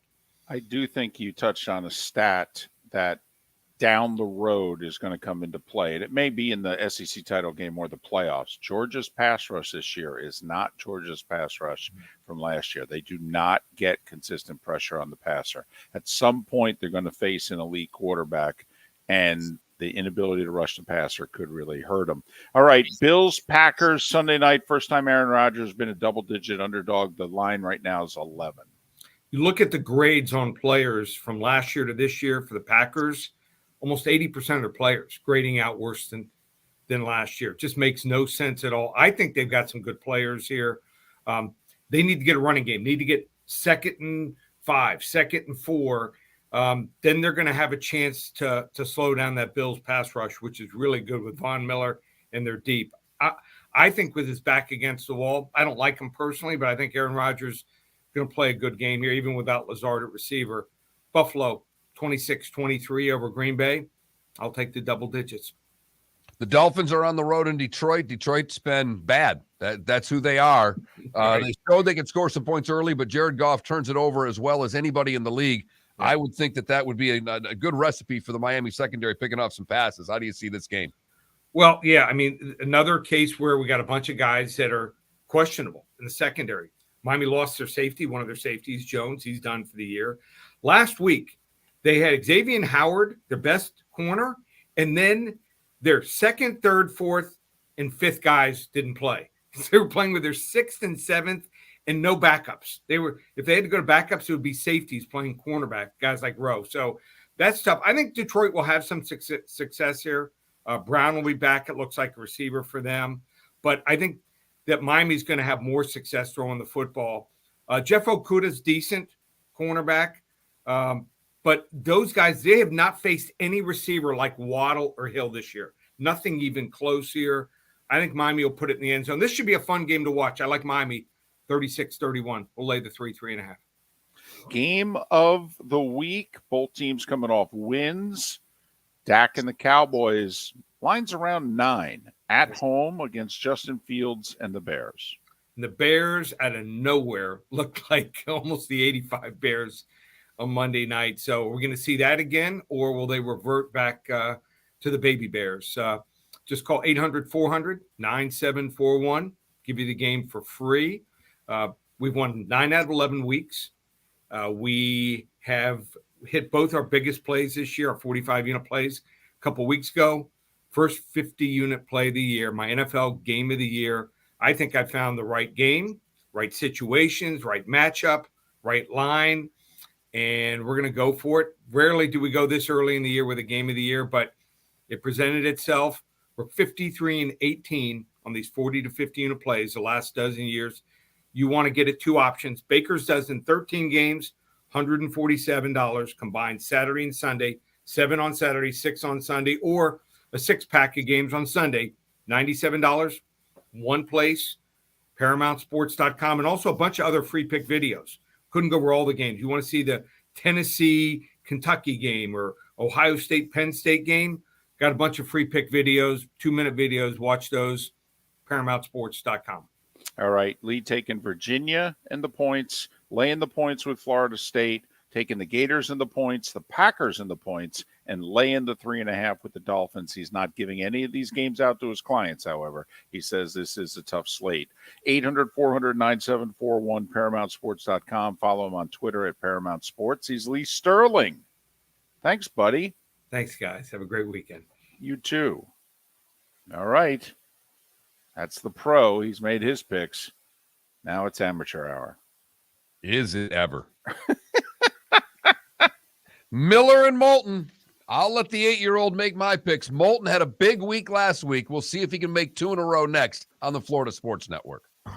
Don't miss the Miami Dolphins watch party every Sunday at the Seaside Bar and Grill in Bonita Springs. Presented by Clutch Vodka. The Seaside will be serving Clutch Vodka drinks, including the awesome Bloody Mary bar at the Seaside. If you can't be at Hard Rock Stadium, come have fun at the best place in town to watch the Dolphins and enjoy the best, clean, crisp, smoothest vodka. That's Clutch with a K. Miami Dolphins parties every week at the Seaside Bar and Grill on Old 41 in Bonita Springs. Powered by Clutch Vodka.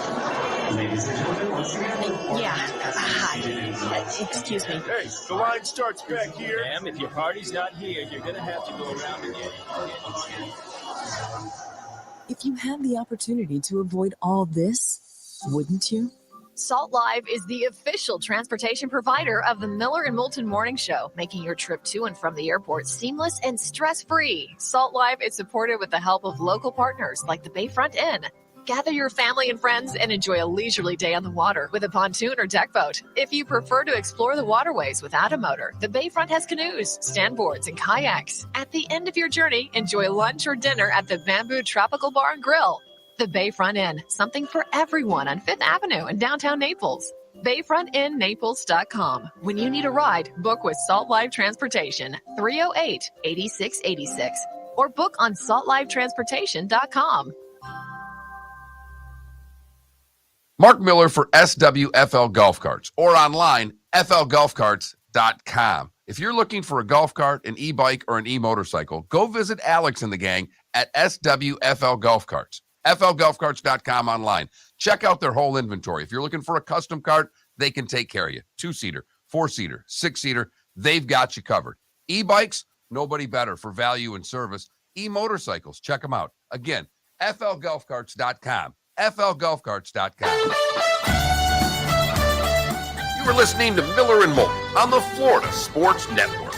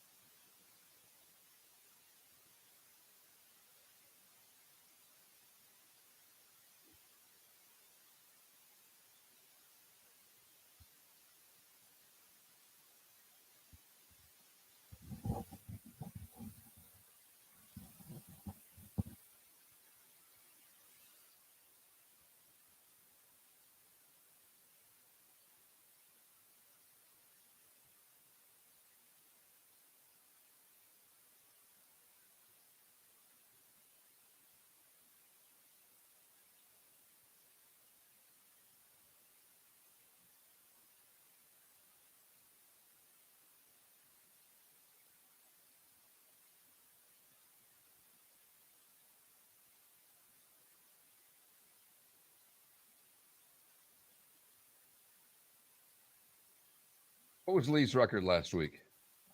3-2.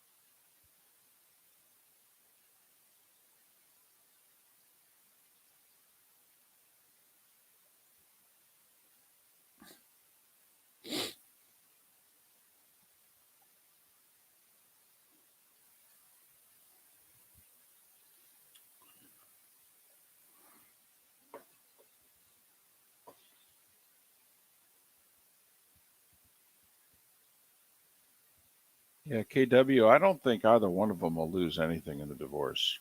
They'll, in theory, they'll both keep what they had when they entered into the, relationship, and then they'll just divide up their, you know.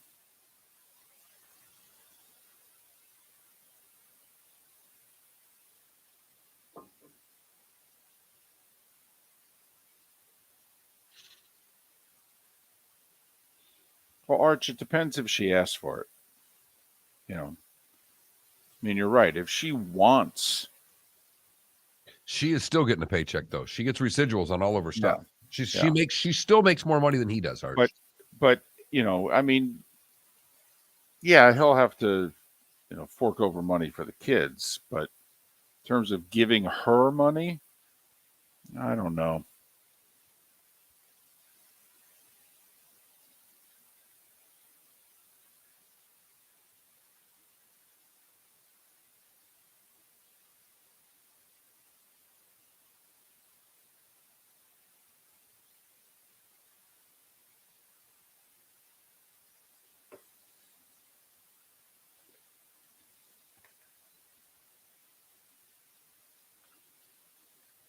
I couldn't do it. I can't pick Michigan and lay the number, but I think they're going to go rodeo Sparty.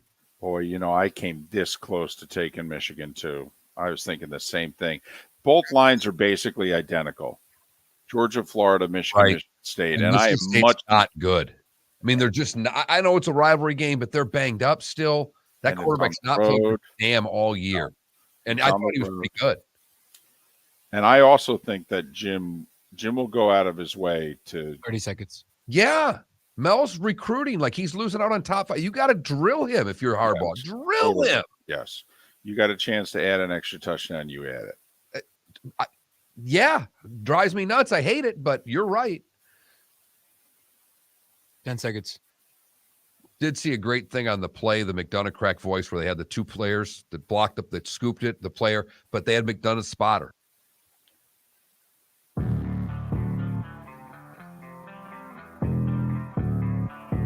Thanks for listening. And now, more of Miller and Moulton on the Florida Sports Network.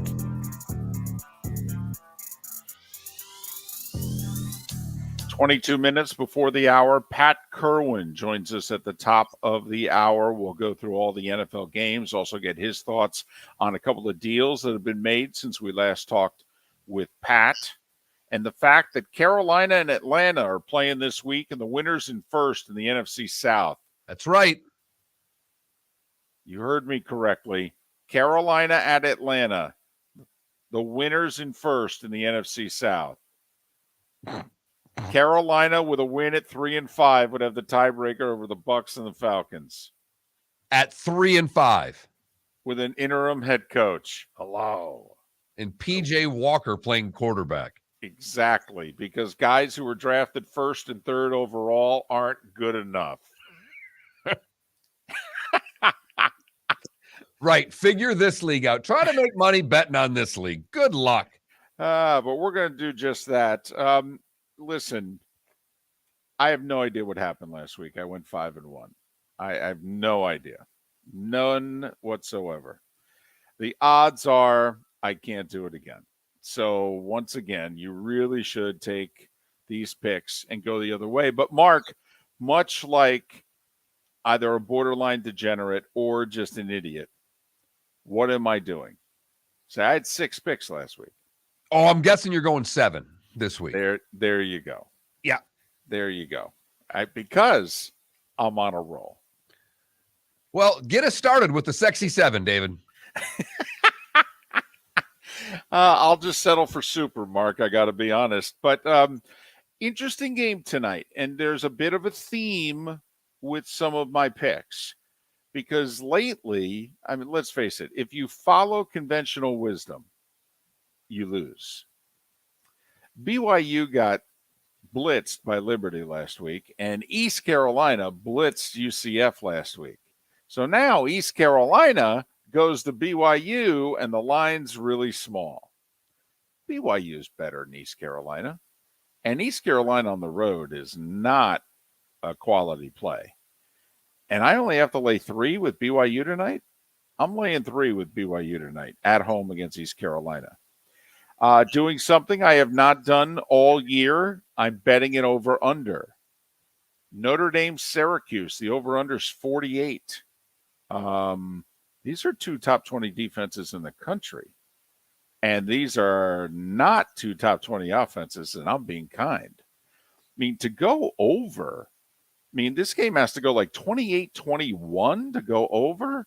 I just don't see it. Notre Dame, Syracuse, I'm playing the under. I'd see this total closer to 40 than 48. And once again, UCF coming off an awful performance at home against Cincinnati, who's the big dog in the AAC. And yet UCF's a 1.5 favorite. I mean, Vegas is they're letting you know. They're letting you know UCF's winning. Take UCF, lay the 1.5. Okay, there's Sunday. Listen, I know they're 6-1. They're not that good. I'm taking Seattle, and I'm laying the 3 at home against the Giants. It's the Tennessee Titans, and it's the Houston Texans. Does anything more really have to be said? This is not the Jacksonville Jaguars. This is not the Indianapolis Colts. This is the Tennessee Titans on the road, having to win by a field goal or more. That's all they have to win by to win this bet. The Tennessee Titans have Derrick Henry, and the Texans have the worst run defense in the NFL. And I only need to win by more than 2.5. I'm taking the Titans. I think Vegas is a pretty good team masquerading with a 2-4 record. And I think the Saints would be a pretty good team if they didn't have so many of their key players hurt. I like the quarterback matchup for Las Vegas. I like the wide receiver matchup for Las Vegas. I like Vegas in New Orleans. And basically it's picking a winner because the spread's a 1.5. Give me Vegas, and I think the Raiders are in play. Remember, the Eagles were 2-5 last year and made the playoffs. Niners were 3-5 and won 10 games. There's one team every year that comes from the abyss. I got my hand up in which I think that team could still be the Raiders. And finally, Mark, I think a franchise gets blown up Monday. And that franchise is the Denver Broncos. I think a coach is fired, and I think key players are traded. Jerry Jeudy, who's Randy Gregory, Chubb. I think they blow it up after they lose to the Jags. The Jags are, come on, it's their home away from home. Laying 2.5 against Denver. Can't believe I'm saying this. I'm trusting Trevor Lawrence more than Russell Wilson. Give me the Jags. All right. We agree on a couple of picks. That should scare the hell out of everyone. Except it's not really you and I. It's me and your 8-year-old daughter, so I don't think it's the same jinx. That's true. We finally went to Sundays. She said, Dad, enough. I can't figure Saturdays out any better than you can. Let's pick some games on Sunday where the spreads are a little lower, and for the most part, I'm picking winners. And she, like you, like Seattle, laying the 3 against the Giants. And she cited New Orleans defense as to why she's taking the Raiders. They're giving up a lot of points. I know Dalton threw the 2 pick sixes, but regardless, New Orleans is one of the worst. I think only Detroit's given up more points than New Orleans on a weekly basis. And she knows that and says, give me the Raiders on the road and lay the 1.5. And the fact that she knows this, once again, continues to be why I'm nominating you for Dad of the Year. We kind of used a Moulton theme here. David, New England was embarrassed last week. They're laying 2.5 playing the Jets. They rebound and beat the Jets. I have both New York teams losing. I have the Patriots and the Seahawks. 2 games on Saturday. She's riding Old Miss again against A&M with the Weedgate, the players getting kicked off the team, guys getting banged up. Old Miss is only laying 2 against A&M. She's aware of Weedgate? Well, not completely, but I said there was controversy. I didn't break it down for her. You didn't say there was contraband. You just said there was controversy. Gotcha. And she knows her dad likes a beer or two, and she says that Arkansas coach likes a cold beer or two. Arkansas, still tough up front.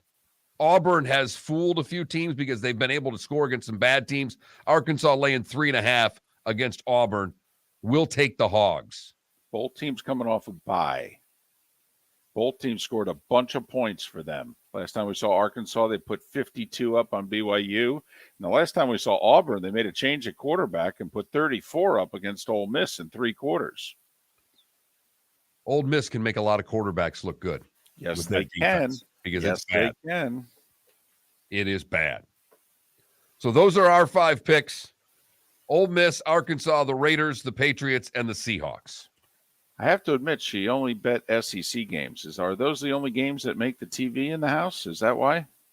Well, she started watching the SEC network without me paying attention. She started flipping channels, and all of a sudden, SEC Now was on. So she's doing a little more research than I expected. Is it because of Tebow?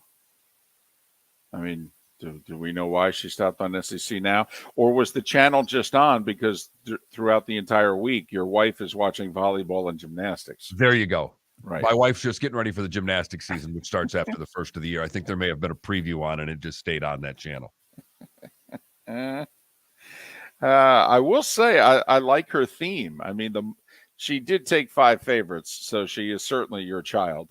And secondly, right, I love the fact she's not laying more than 3.5.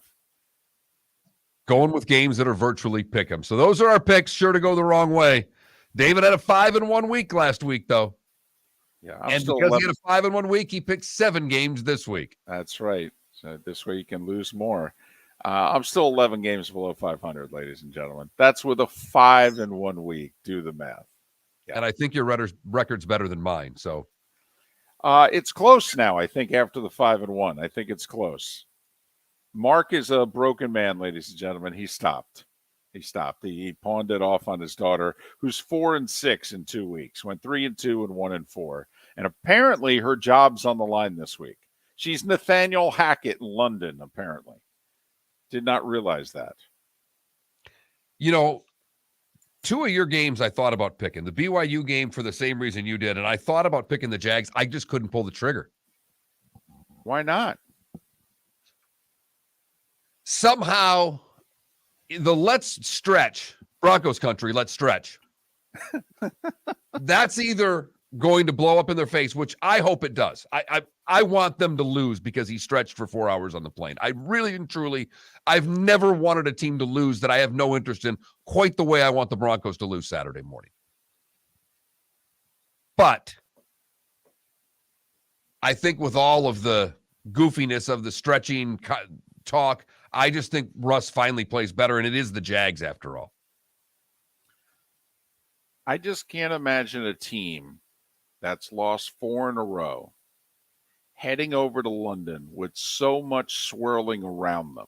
I mean, the guys have Twitter, you know, pre-Elon Musk and post-Elon Musk. They have Twitter.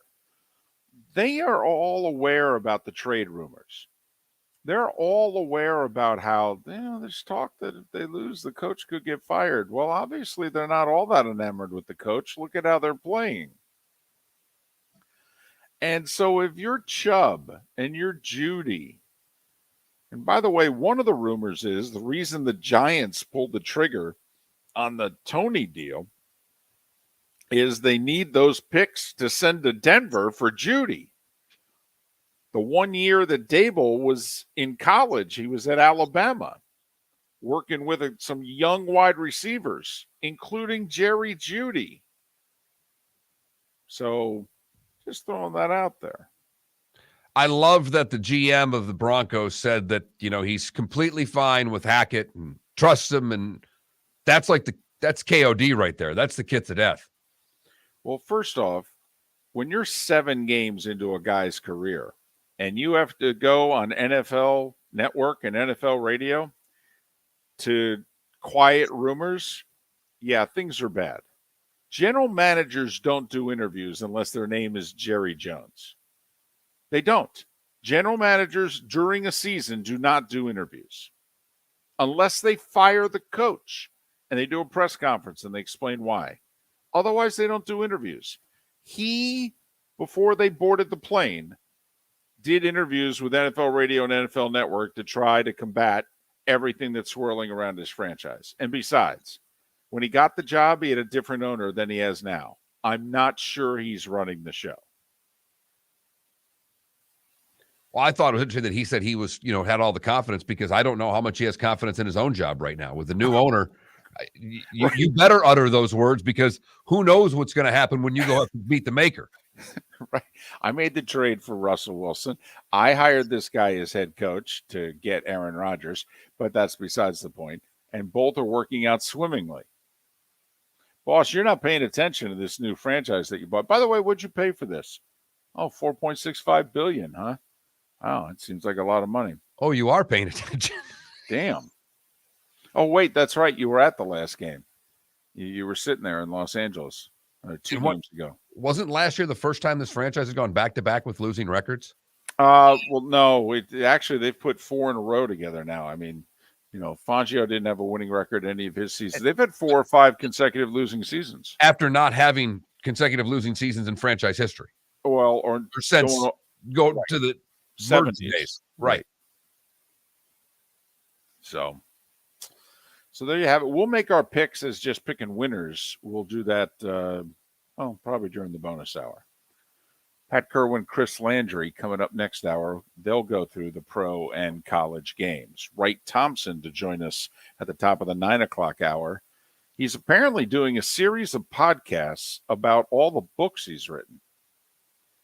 And he's written like 40 of them. So now he's turning what's in his head into a series of podcasts. And he's written some books on some interesting people. You may have heard of them. Jordan, Tiger, Ted Williams, people like that. Just saying. Which means there's more information than he could put in the books. More stories. Right. Things that didn't make that the editors cut out, if you will. Right.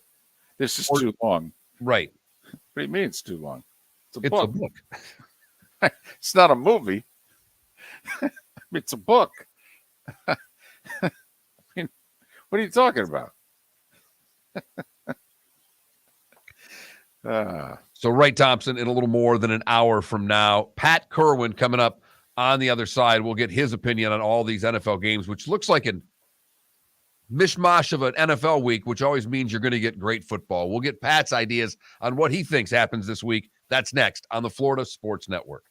David Moulton for Napa Auto Parts, and Napa Filters. Insist on Napa filters for your vehicles, or if you're a do-it-yourselfer, only buy Napa filters. Napa has a filter for almost anything on earth that moves, whether it's motorcycles, foreign and domestic cars, vans, SUVs, earth-moving equipment. You get the idea. Napa Auto Parts, Napa filters. Insist on them for your vehicles, or if you're do-it-yourselfer, only buy Napa filters.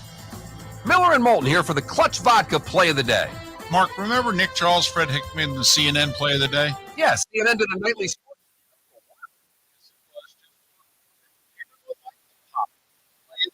How about we have the Clutch Vodka Play of the Day? Sounds good. Fun. Smooth. Like Clutch Vodka. Listen weekday mornings for the Clutch Vodka Play of the Day. That's Clutch with a K. Don't miss the Miami Dolphins watch party every Sunday at the Seaside Bar and Grill in Bonita Springs. Presented by Clutch Vodka. The Seaside will be serving Clutch Vodka drinks, including the awesome Bloody Mary bar at the Seaside. If you can't be at Hard Rock Stadium, come have fun at the best place in town to watch the Dolphins and enjoy the best, clean, crisp, smoothest vodka. That's Clutch with a K. Miami Dolphins parties every week at the Seaside Bar and Grill on Old 41 in Bonita Springs. Powered by Clutch Vodka. Mark Miller for SWFL Golf Carts or online, flgolfcarts.com. If you're looking for a golf cart, an e-bike, or an e-motorcycle, go visit Alex and the gang at SWFL Golf Carts. flgolfcarts.com online. Check out their whole inventory. If you're looking for a custom cart, they can take care of you. 2-seater, 4-seater, 6-seater, they've got you covered. E-bikes, nobody better for value and service. E-motorcycles, check them out. Again, flgolfcarts.com. flgolfcarts.com. Ladies and gentlemen, once again. Hi. Excuse me. Hey, the line starts back here. Ma'am, if your party's not here, you're going to have to go around and get it. If you had the opportunity to avoid all this, wouldn't you? Salt Live is the official transportation provider of the Miller and Moulton Morning Show, making your trip to and from the airport seamless and stress-free. Salt Live is supported with the help of local partners like the Bayfront Inn.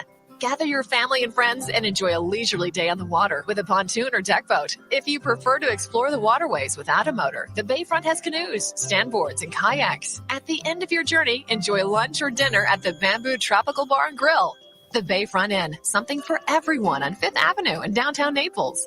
BayfrontInNaples.com. When you need a ride, book with Salt Live Transportation, 308-8686, or book on saltlivetransportation.com.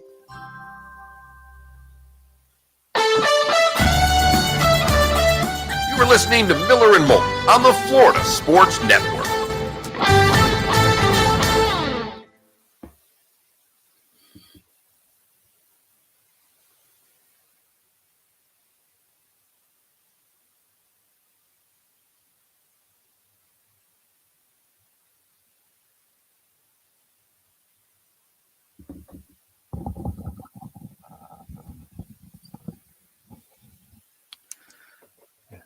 I know, Adam. 800 million. 800 million. We did have the Bucks last night. We did. But that's Miller and Moulton agreeing. Not Moulton and Maddie. Hello, you guys. Good morning, Pat. How are you? Did you have the Bucks? Yeah, we both played the urgency card last night. Come on, fellas. Yeah, well, felt really good after the first. Don't two worry, drives, they're not that far out of first place. They only have to pass Atlanta and Carolina if Carolina wins. Yeah. If Carolina wins, they're in first place. That game is for first place, no matter how you slice it. If Carolina wins, they control the tiebreaker. Oh, it's so great. 3-5, three-way tie, and Carolina's leading the division. Unbelievable. Could be four-way if the Saints beat the Raiders. Unbelievable is right. Well, I don't know. You know, it's hard. Remember when Tiger was having all of his problems with his marriage? Mm-hmm. I'll never forget my dad said, you know, you can't putt with a guilty conscience. Pretty good line. You know, but I think Tom is having his own struggles. Well, in hockey, there was a phrase when we were on the road and things were going bad, somebody had to take a slump buster. Tom needs a slump buster. Yeah. Todd is looking like he's having a meltdown. Now he's going to excommunicate a few coaches. Put me out of my misery, Todd. Please release me. What else you guys doing today? Anything good? I'm playing golf today. My mom is on a train right now. She's an hour and a half away from Jacksonville. She got on a train in Newark at 3:30 yesterday afternoon. You told me that she won't fly and she likes taking trains. Ask her when she gets off that train after 24 hours, does she still like them? She has sent me a series of texts telling me how much she has loved the train ride. 18 stops in 18 hours between Newark and Jacksonville. Oh, Okay. And a couple of them are designated smoke stops. Like apparently the first smoke stop was DC. So for the smokers on the train who can't smoke, it's like, hey, about 3 hours or so we'll be in DC. We'll give you 15 minutes. You can light up. yeah. Chain smoke 3 of them and get back on the There you train. go. That was my dad and Haney between periods back in the day. Yeah. 45 seconds. I used to work in a merchant marine, and I was a deckhand on a trip to Amsterdam one year, and I was out there with an old sea salt, and he would say to me every morning, he'd show me one match, and he'd say, "See this match? I'm not going to need another one till midnight." He would just chain smoke off that last one all day. One match a day. I said, how about we go for one cigarette a day? No, one match. 15 seconds. All right, here we go, boys. Yeah, man. 10 seconds.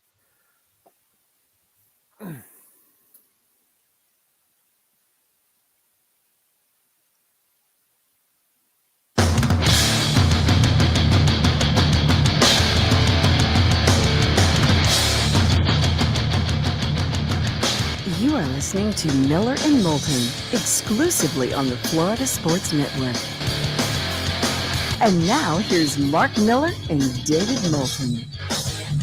And just like that, it is the 8 o'clock hour on a football Friday. Miller and Moulton, Florida Sports Network, floridasportsnetwork.com. Chris Landry to talk all things college football in about 40 minutes' time. Wright Thompson will call into the show to promote his new series of podcasts with all the great work that he's done in his career. It'll be a pleasure to talk to him for the first time, but it's a pleasure to talk once again with Pat Kirwan. He of NFL Radio's Moving the Chains, weekday afternoons from 3 to 7 and also Saturdays 2 to 5. And then on Sunday, he's part of CBS's NFL Today show. Pat joins us courtesy of Pinchers from Tampa to Key West and over a dozen locations in between. Pinchers, because you can't fake fresh. Good morning, Pat. Good morning, gentlemen. Last night actually was an interesting game to watch. I've been fairly critical of Thursday night. Always worry about the road team, but I was okay watching that game. There was things I liked about it. And the reinforcements for the Ravens, the guys that, like Isaiah Likely, I saw him at the Senior Bowl. That guy's on his way to being something really special. Well, we can talk about the special players, but let's talk about the Tampa Bay Bucks right now, because there was nothing special about what happened after the first couple of drives. Pat, they ran the ball 5 times on the first drive. They got the field goal in the second drive, ran it a couple more, and then they basically decided they weren't going to run the football for the rest of the game. Why? It's been their MO for a while, right? They're down about 60 yards a game rushing, and last week we saw Brady throw 49 times without a touchdown and barely run the ball. So this is who they are, and it always tells me that the quarterback's at the line of scrimmage making most of the play decisions.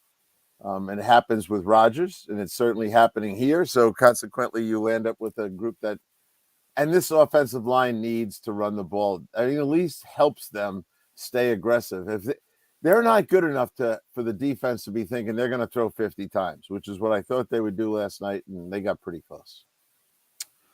Bucks ran for just 44 yards in 15 attempts last night after rushing in the 40s in the loss against Carolina. It was a fascinating game plan for the Ravens, Pat. First half, ran it just 7 times, attempted over 30 passes, and then in the second half, attempted 8 passes, even though Lamar was 8 for 8, and ran it over 24 times. It was a fascinating, and clearly that's a game plan. We're going to throw it in the first half. We're going to run it in the second half. Well, I think they make some assumptions that I would probably make too if I had Lamar, and that is everyone's going to take their defense and kind of twist it in order to handle Lamar, the runner, and sacrifice someone in the coverage unit.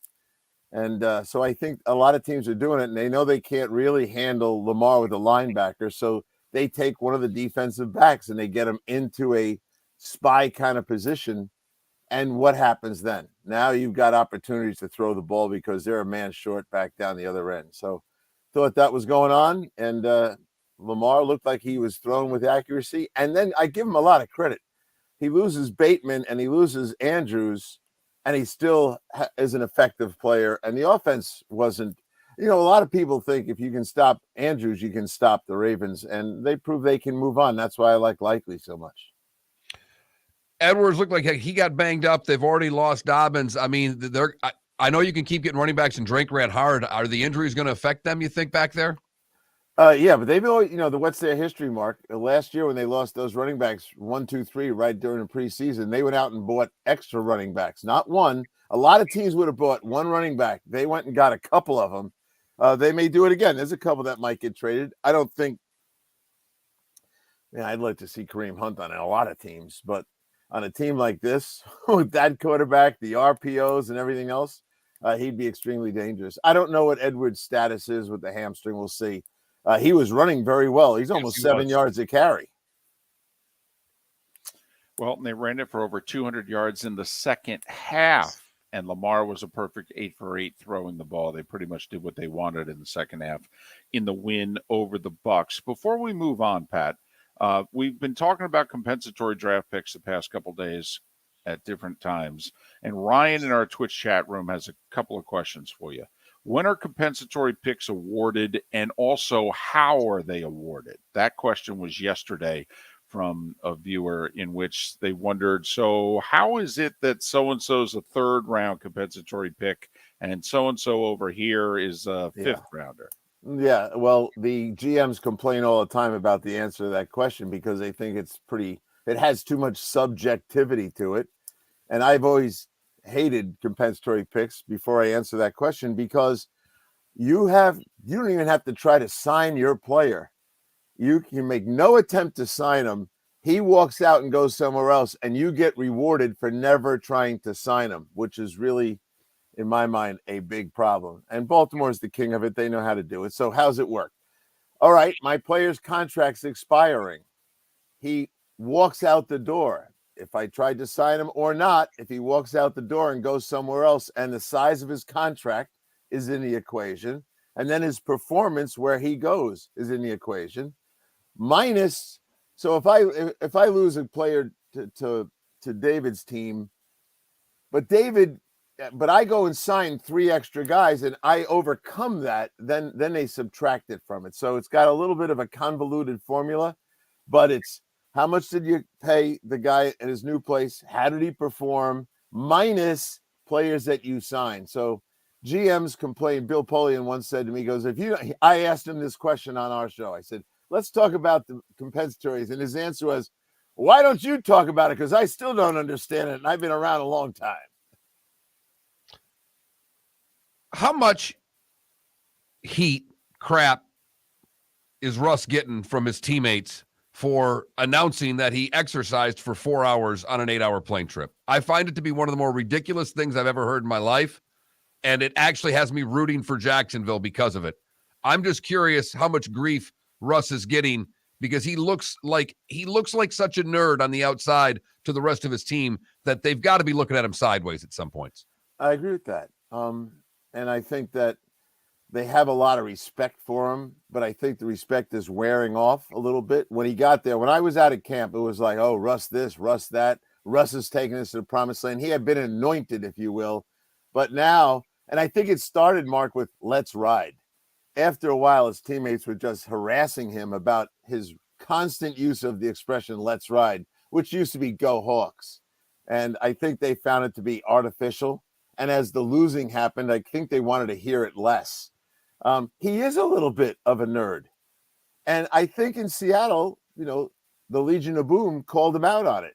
I think Marshawn called him out on it. They felt he was being protected by Pete and the organization because he was a company guy. He went to this place and it looks like he's trying to be the same. But it's not artificial. It's his nature. That's how he always is. Pat, general managers don't do in-season interviews unless their name's Jerry Jones.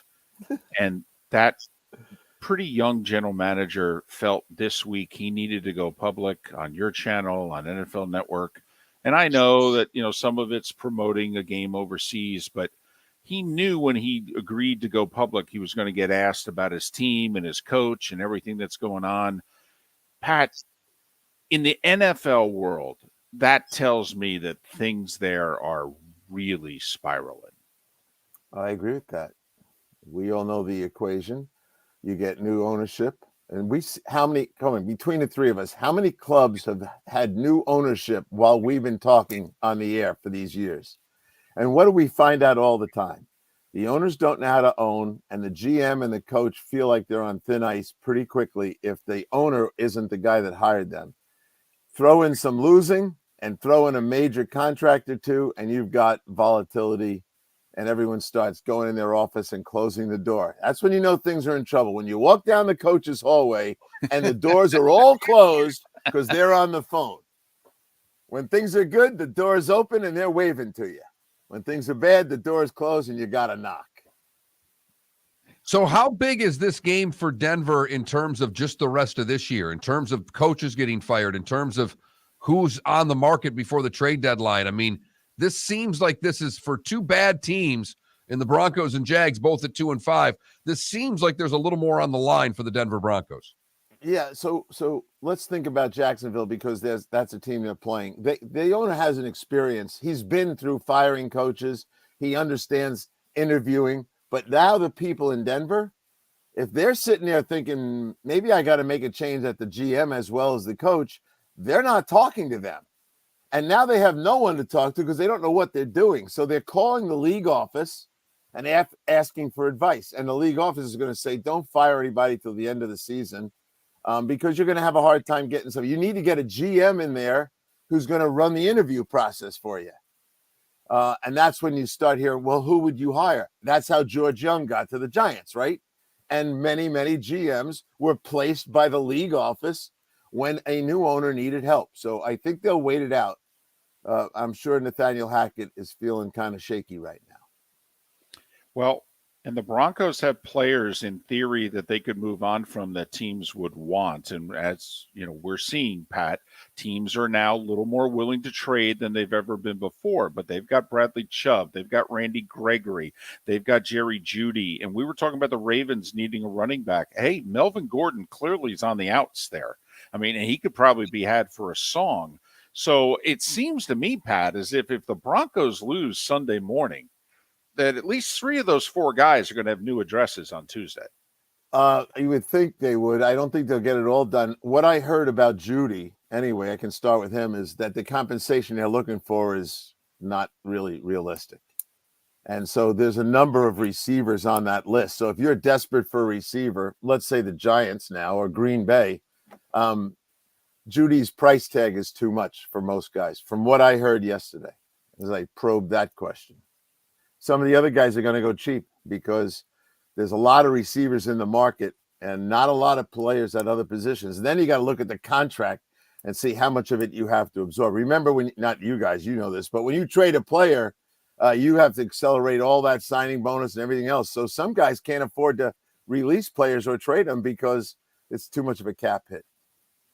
Like, for example, the Giants next year have $4 million in dead money because they got rid of Tony yesterday. Now, they saved money in 24 and 25, but they have to take all the bonus money, put it on immediately, $4 million. That's the truth. He's Pat Kirwan, NFL Radio's Moving the Chain, CBS's NFL Today show. When we come back, we'll have about 10 minutes, and there's 14 games, if you include Monday night. We will go through the games pretty quickly. As Mark mentioned, heading into Pat, there's only one matchup of winning teams this week, but there's a bunch of really small point spreads. So while it doesn't look like a marquee week, you could have a very competitive week. We will go through the games with Pat Kirwan next. Miller and Moulton, the Florida Sports Network. Don't miss the Miami Dolphins watch party every Sunday at the Seaside Bar and Grill in Bonita Springs. Presented by Clutch Vodka. The Seaside will be serving Clutch Vodka drinks, including the awesome Bloody Mary bar at the Seaside. If you can't be at Hard Rock Stadium, come have fun at the best place in town to watch the Dolphins and enjoy the best, clean, crisp, smoothest vodka. That's Clutch with a K. Miami Dolphins parties every week at the Seaside Bar and Grill on Old 41 in Bonita Springs. Powered by Clutch Vodka. Mark Miller for SWFL Golf Carts or online, flgolfcarts.com. golfcarts.com. If you're looking for a golf cart, an e-bike, or an e-motorcycle, go visit Alex and the gang at SWFL Golf Carts. FLGolfcarts.com online. Check out their whole inventory. If you're looking for a custom cart, they can take care of you. 2-seater, 4-seater, 6-seater, they've got you covered. E-bikes, nobody better for value and service. E-motorcycles, check them out. Again, FLGolfcarts.com. FLGolfcarts.com. Yeah. Hi. Excuse me. Hey, the line starts back here. Ma'am, if your party's not here, you're gonna have to go around and get it. If you had the opportunity to avoid all this, wouldn't you? Salt Live is the official transportation provider of the Miller and Moulton Morning Show, making your trip to and from the airport seamless and stress-free. Salt Live is supported with the help of local partners like the Bayfront Inn. Gather your family and friends and enjoy a leisurely day on the water with a pontoon or deck boat. If you prefer to explore the waterways without a motor, the Bayfront has canoes, standboards, and kayaks. At the end of your journey, enjoy lunch or dinner at the Bamboo Tropical Bar and Grill. The Bayfront Inn, something for everyone on 5th Avenue in downtown Naples. BayfrontInNaples.com. When you need a ride, book with Salt Live Transportation, 308-8686, or book on saltlivetransportation.com.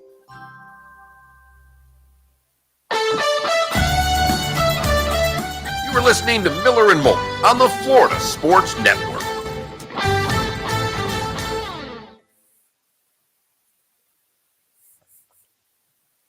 Pat, you dressing up for Halloween? Yeah, I'm going as a football coach. Come on. There you go. I have my grandkids all get into crazy outfits and all that stuff. It was funny. I was talking to Quinnen Williams last week, and he's into all these, like a lot of these guys, superheroes and all that stuff. And he calls himself the Green Iron Man.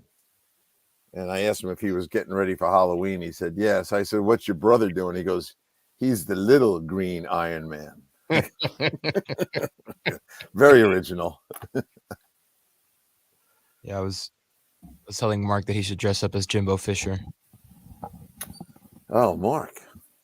People say the resemblance is there. It's got to get an A&M T-shirt and talk real fast and say, we're done. Yeah. And mail me your money. Right. NIL. There's a lot of similarity. Jimbo's got $90 million left on his contract. Mark's gotten about $90. Right. Okay, right. It's a lot of similarities. Mark, I feel that pain. Believe me. Just when I thought my wife and I could start really saving money, along came 9 grandkids. And everybody's got tuition issues.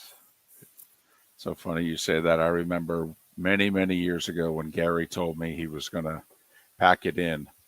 14 grandkids later, I keep saying, so how many more years? He goes, it's going to be a couple more. Yeah. No.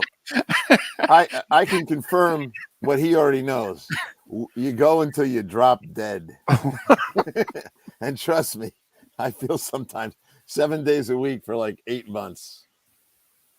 And as my kids say, you're having fun, right? Oh, yeah, I'm having a lot of fun. Every year he says to me, he goes, you know what? My wife's really good at spending money on the grandkids. Oh, God. So my wife, I had to put her on her own account so I could just track her. And last year, at the end of the year, I showed her, here's your credit card.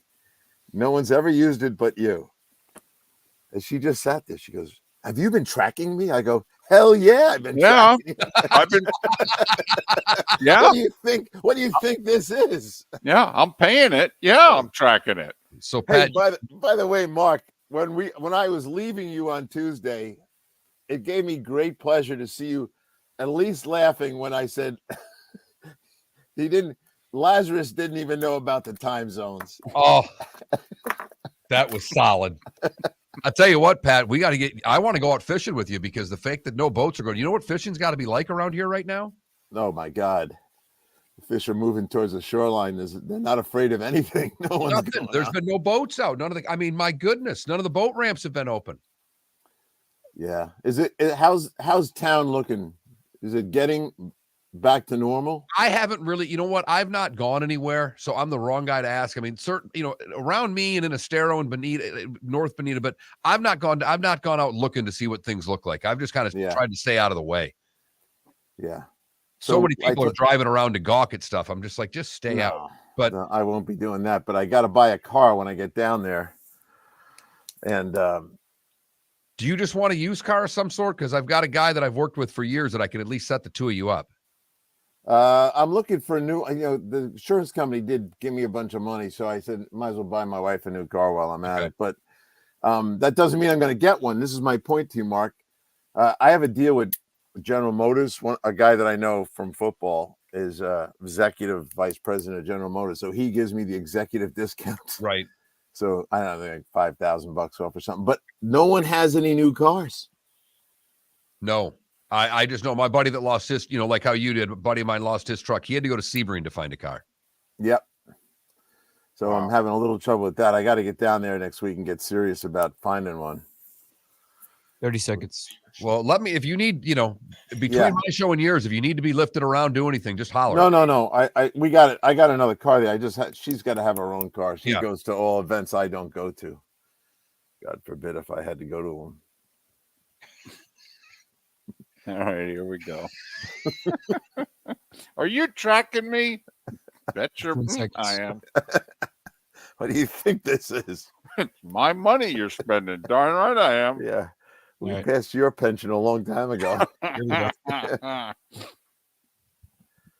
Please ask David a question while he's eating, Mark. I'd love it.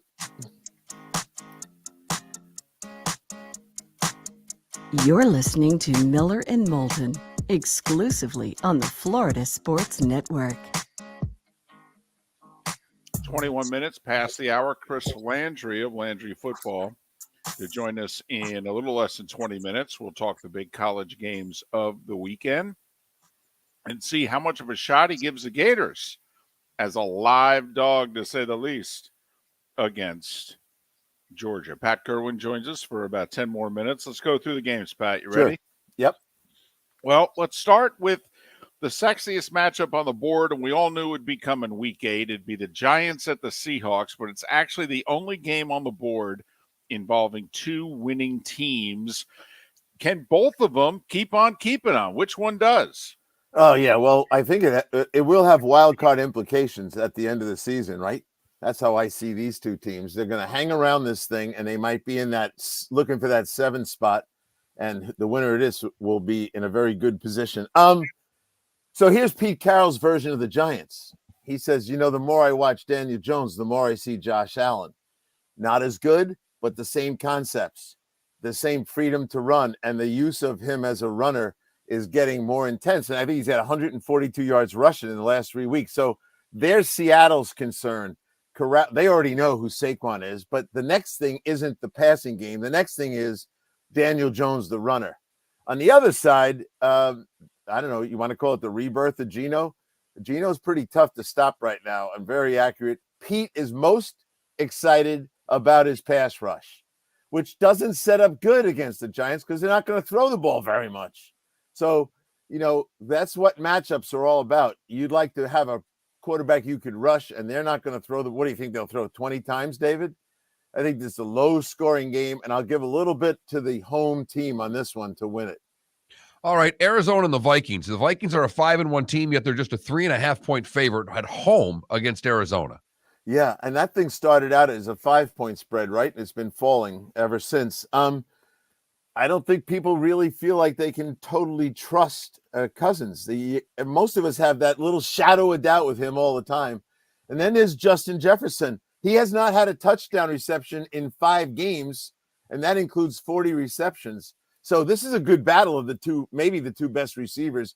Hopkins came right back and was important, but I don't trust Arizona. You can give me Minnesota in this one, and I'd give you more than 3.5 points. All right. Speaking of trust, Raiders, Saints, both teams underachieving. We think both have talent. To me, Pat, the difference is the Saints are just more banged up. The winner of this game is surprisingly in decent shape to make a playoff run. Well, I think it's now or never for the Raiders. I think the Saints have time because the division's dysfunctional and nobody has a winning record. So they can lose and still be in the race. I think if the Raiders go down here with the division they're in a heck of a lot of trouble. if I'm the Raiders, I am looking for a trade. They got a big time stadium. They got a nice quarterback. They got a window of opportunity here. I would be looking to make another trade. And if you're going to worry about Devontae Adams being injured, go get one of these receivers. Patriots and Jets. Patriots got whooped on, looked horrible on Monday night. The Jets are 5-2 and looking like a playoff team. Who would have thunk that? Yeah, no one. And no one ever came on my show and thought they were going to be what they are right now. And my hat's off to them. But Wilson's going to have to make a play sooner or later. They're winning games without him doing anything at quarterback and occasionally escaping. And he's kind of a risky thrower. He gets in trouble and he throws it up. And he's been lucky dodging that bullet. The defense has been holding them together. We'll see. I like James Robinson. I thought that I gave him, a big star for going and getting it back right away. But without Hall, I think they're going to be in trouble. And the Patriots, to me, look like they're ready to get back on track. Well, my theory about the losers on Monday Night's Football. Patriots got embarrassed. 247 yards rushing. All right. They'll be ornery. Jets have lost 12 straight to the Patriots. Remember, they had lost 12 straight AFC East games before they beat the Dolphins. And now another 12-game streak, only this one against. What about the Patriots losing 3 straight division games like that? When's that happen? Yeah, it has not happened often, that's for sure. All right. Washington and Indianapolis, believe it or not. I'm glad you brought this one up. Okay. The backup quarterbacks, in fact, really second and third string quarterbacks, coaches in hot water, the whole deal. Well, Heineke, I talked to Ron Rivera yesterday. He loves Heineke, and he knows that Heineke can come off the bench and be productive and spark his football team. And he knows that his players like him.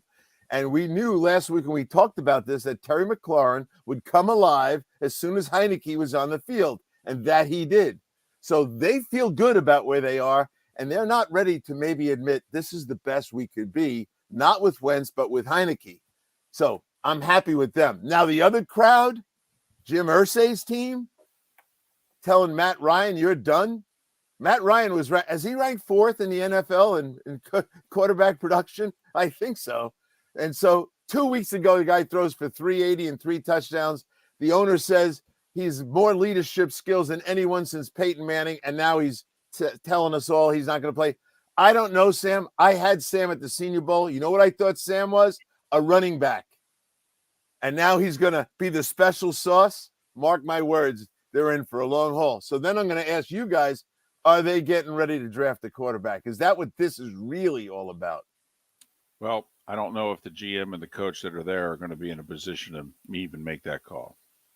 The owner's making all the calls. He got rid of Wentz. He got rid of Blankenship. He's going to get rid of these coaches, and he's going to draft a quarterback. Yeah, we blame Jerry all the time for running or running a franchise. Irsay is driving his own franchise right into the dirt right now, and it's happening before our eyes, and it's actually really easy to see. San Francisco and the Rams. The Rams have a terrible offensive line. They're banged up. I don't know what to make of this team, but one of these teams I still think is one of the best 2 in the division, Pat. I agree with that. Double cover Cup and see if anyone else can beat you. And they rush the passer good enough in San Francisco to get after Matthew. And Matthew will make mistakes when he's got pressure in his face, right? We see it all the time. Interceptions, fumbles, sacks. That's what I do. Get after him. The San Francisco 49ers own these guys in regular season. What is it, David? 9 in a row? I think it's 8. But, yeah, ironically, the only one the Rams have won in the last 4 years was the NFC title game last year. Yep. I'll take the 49ers in this one. They're just and I like Garoppolo. He's now speaking this week more than ever. He's talking about the locker room, the leadership, everything else. He's comfortable now, and I think he's enjoying doing this to the owners. Also, against the Rams, he won't have to throw it. Against the Chiefs, he had to throw it. He got exposed a little bit. He can stay within himself against the Rams. Dolphins-Lions. It's actually an intriguing game because the Lions offensively do some things that a couple teams earlier in the year did against the Dolphins and gave them problems. Bunch of injuries for Miami. But, Pat, let's face it, Dan Campbell and company have not done a good job here in the last 2-3 weeks, and the offense is really regressing. Yeah, it's more than regressing. It disappeared 6 points in 2 weeks. That's terrible. Everyone said when Miami was losing, it's because Tua was out. Well, Tua's back. He's got a wounded group around him, but supposedly he's so good that he can do it. They'll win this one, but it won't look pretty. And Detroit right now on the clock are the Lions. Well, good thing. Good. They need a quarterback. Yes, it is. 10 seconds, Pat. Is there an upset that you like? I need no time for that. Do I like an upset? Okay, let me find one for you with 4 seconds left to go. It won't be Green Bay with Buffalo, I can tell you that. That spread's getting bigger. Maybe Cleveland and Cincinnati. Cleveland. All right. With the injury to Chase. He's Pat Kirwan, moving the chains weekday afternoons on NFL radio and Saturdays 2 to 5. And then on Sundays, well, he's working on CBS's NFL Today show. Pat joins us courtesy of Pinchers, Tampa to Key West, over a dozen locations in between. Pinchers, because you can't fake fresh. Pat, we'll talk to you Tuesday. Trade deadline day, baby. Yeah, you should be all over it, GM. All over it. And I cannot be on Zoom with you Tuesday. I'll be in a car driving, so it'll be the old way. Okay, that's fine. Have your 5 scenarios ready with 2 or 3 hours left to go in the trading deadline. Want me to call you and give you some hints? It's vodka play of the day. Mark, remember Nick Charles, Fred Hickman, the CNN play of the day? Yeah, CNN did a nightly sports show. That was a while ago. Yes, it was. Just work with me. Everyone liked the pod, the play of the day. So how about we have the Clutch Vodka play of the day? Sounds good. Fun. Smooth. Like Clutch Vodka. Listen weekday mornings for the Clutch Vodka play of the day. That's Clutch with a K. Don't miss the Miami Dolphins watch party every Sunday at the Seaside Bar and Grill in Bonita Springs. Presented by Clutch Vodka. The Seaside will be serving Clutch Vodka drinks, including the awesome Bloody Mary bar at the Seaside. If you can't be at Hard Rock Stadium, come have fun at the best place in town to watch the Dolphins and enjoy the best, clean, crisp, smoothest vodka. That's Clutch with a K. Miami Dolphins parties every week at the Seaside Bar and Grill on Old 41 in Bonita Springs. Powered by Clutch Vodka. Mark Miller for SWFL Golf Carts or online, flgolfcarts.com. If you're looking for a golf cart, an e-bike, or an e-motorcycle, go visit Alex and the gang at SWFL Golf Carts. flgolfcarts.com online. Check out their whole inventory. If you're looking for a custom cart, they can take care of you. 2-seater, 4-seater, 6-seater, they've got you covered. E-bikes, nobody better for value and service. E-motorcycles, check them out. Again, flgolfcarts.com. flgolfcarts.com. David Moulton for Napa, Napa Auto Parts, and Napa Filters. Insist on Napa filters for your vehicles, or if you're a do-it-yourselfer, only buy Napa filters. Napa has a filter for almost anything on earth that moves, whether it's motorcycles, foreign and domestic cars, vans, SUVs, earth-moving equipment. You get the idea. Napa Auto Parts, Napa filters. Insist on them for your vehicles, or if you're a do-it-yourselfer, only buy Napa filters. You were listening to Miller and Moulton on the Florida Sports Network.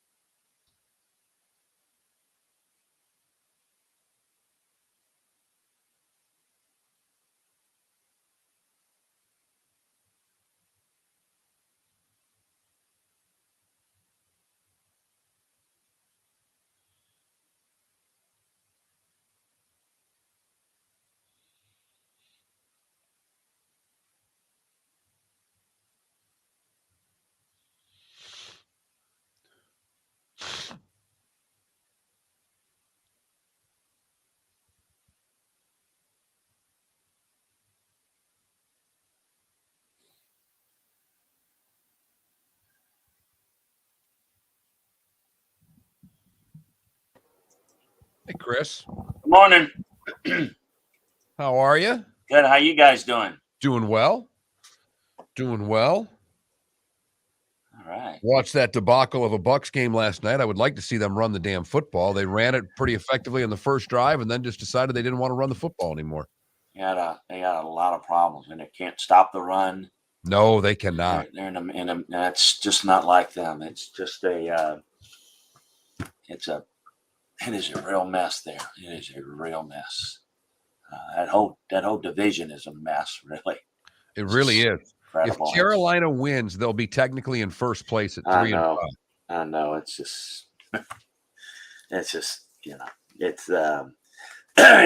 it's what we have said all along, that occasionally you get that almost embarrassing playoff team, and this could be one of those years in that division. Well, I thought the AFC South was headed that way too, and I still kind of think they are. There's not a really good team there, but at least Tennessee's going to end up with enough wins to. Yeah. It's just how bad when you do Sunday stuff, Chris? How bad is offensive line play right now? I mean, there's so many injuries. It just seems like that is an epidemic in the league right now. It is. It is a big problem, and that's a line right there. Speaking of that offensive line right now, the Bucs is playing awful. A lot of it too is just for some teams that, like for example, the Bengals, they're getting better.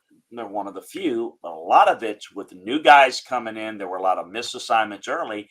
Now they're starting to come together. But mostly it's been guys that are not very good, and because of injuries, and it's not real pretty when you've got to go deep in your bench, which is why we always just pounded the table about, to me, a swing tackle that's your third tackle.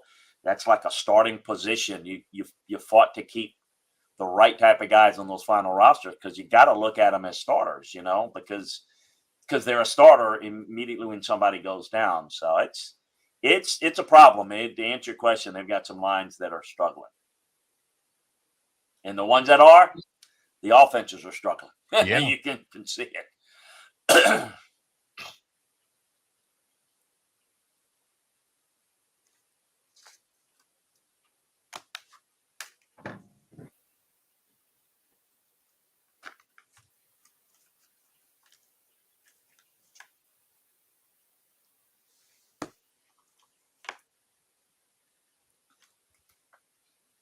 We'll do Florida, Georgia, Penn State, Ohio State, Tennessee, Kentucky, Notre Dame, Syracuse. Got to go in the Big 12 if you're interested. Oklahoma State, Kansas State. If you're interested, yeah. Yeah, Oklahoma State's been a covering machine. I just don't know if they can win on the road. I tell you what, it's not I know we got to go.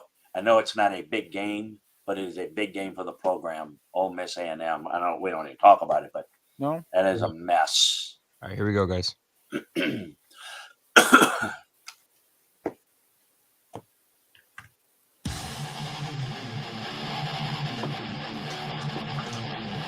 You're listening to Miller and Moulton, exclusively on the Florida Sports Network. 22 minutes before the hour. It's our final segment of the week in Lake City, Tampa, St. Pete, and Port Charlotte to Venice. The bonus hour with Wright Thompson at the top of it, coming up in a little more than 20 minutes' time. But Chris Landry is how we end our week on the network. He of LandryFootball.com, LandryFootball.com. Follow Chris on Twitter at LandryFootball. Chris, thanks for your time. How are you? Always a pleasure to be with you guys. I'm doing great. I cannot believe we're week 9 in the college season. I say that every week, but I guess that's the way it works. We just advance it. It goes very quickly. There is no doubt. And with you, we like to go quickly because so much information's there. So let's get right at the games, Chris. Let's start with the cocktail party. Florida's a big underdog in this game. Georgia offensively has had moments where they've looked really good. Defensively, they've had moments where they've given up points to the Kent States and Missouri of the world. It's a gigantic number in Vegas, 23. And this was the downfall of Florida last year. What will happen on Saturday in Jacksonville? Well, I think what's going to happen is I think Florida wants to stay committed to the run game. I think they will, and that might make this game may make that point spread a little bit more manageable. But they've got to be careful not to give up early points. We've talked about it. They've been bad on third down on defense. That's got to improve. It's a rivalry game. As much as you talk about it and tell your players, is Georgia and Tennessee, I know we'll talk about them, are they a little bit peeking ahead to next week? I think it has to be a little bit of that. And I don't know, sometimes these rivalry games go to the edge momentum-wise. This game is important for Georgia. Of course it is. You can't lose it. But you would think that for Florida, they're going to get whatever Florida's best effort is, we're going to get it. But I think certainly Georgia's going to win. I think they likely win going away. I think they're just a better team. Chris, we saw on Monday night when no one thought the Bears would be able to line up against the Patriots and run it down their throat.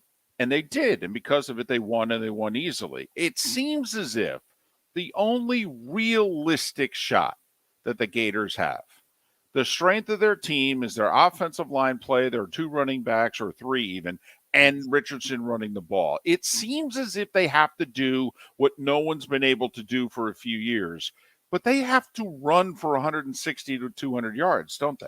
They do. And you mentioned Anthony Richardson. So what this does is this creates another gap for the defense to have to cover.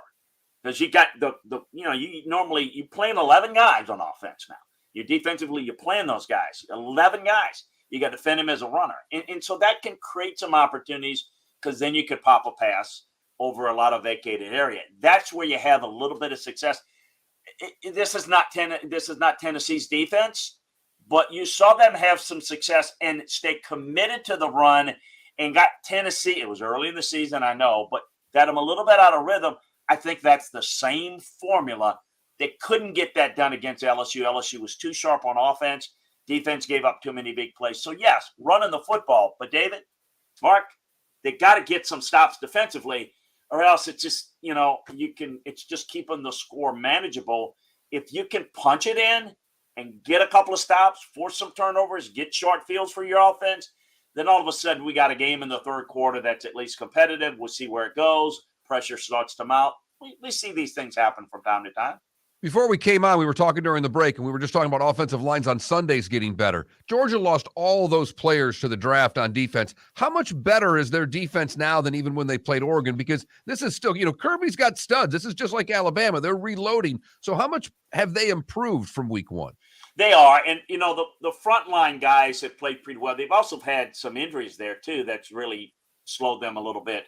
And I think against Missouri, they didn't play with a great deal of effort. We're down a couple of guys. They have gotten better. And remember, the guys that were the rotational guys last year are the front guys this year. So when they go rotation, it's not that the rotation guys from last year have been substandard, but the now rotation guys are younger, less experienced, and those guys are getting a little bit better. It's not going to be, I get this off. Well, they're not as good as last year. They're not playing last year's Georgia team. We're not going to rank when the rankings come out this week. We're not ranking that last year's Georgia team. It's just how good can they be this year? And I think they're pretty good. I think not without holes, but still pretty good. All right. We'll get back to, a handful of key games for this week. But can I go big picture with you? Sure. And off the radar for a second? Is Jimbo's offense outdated? You're a hardcore football guy. You watch tape. You've seen the game evolve year to year. Is Jimbo's offense outdated, or does he just not have a quarterback?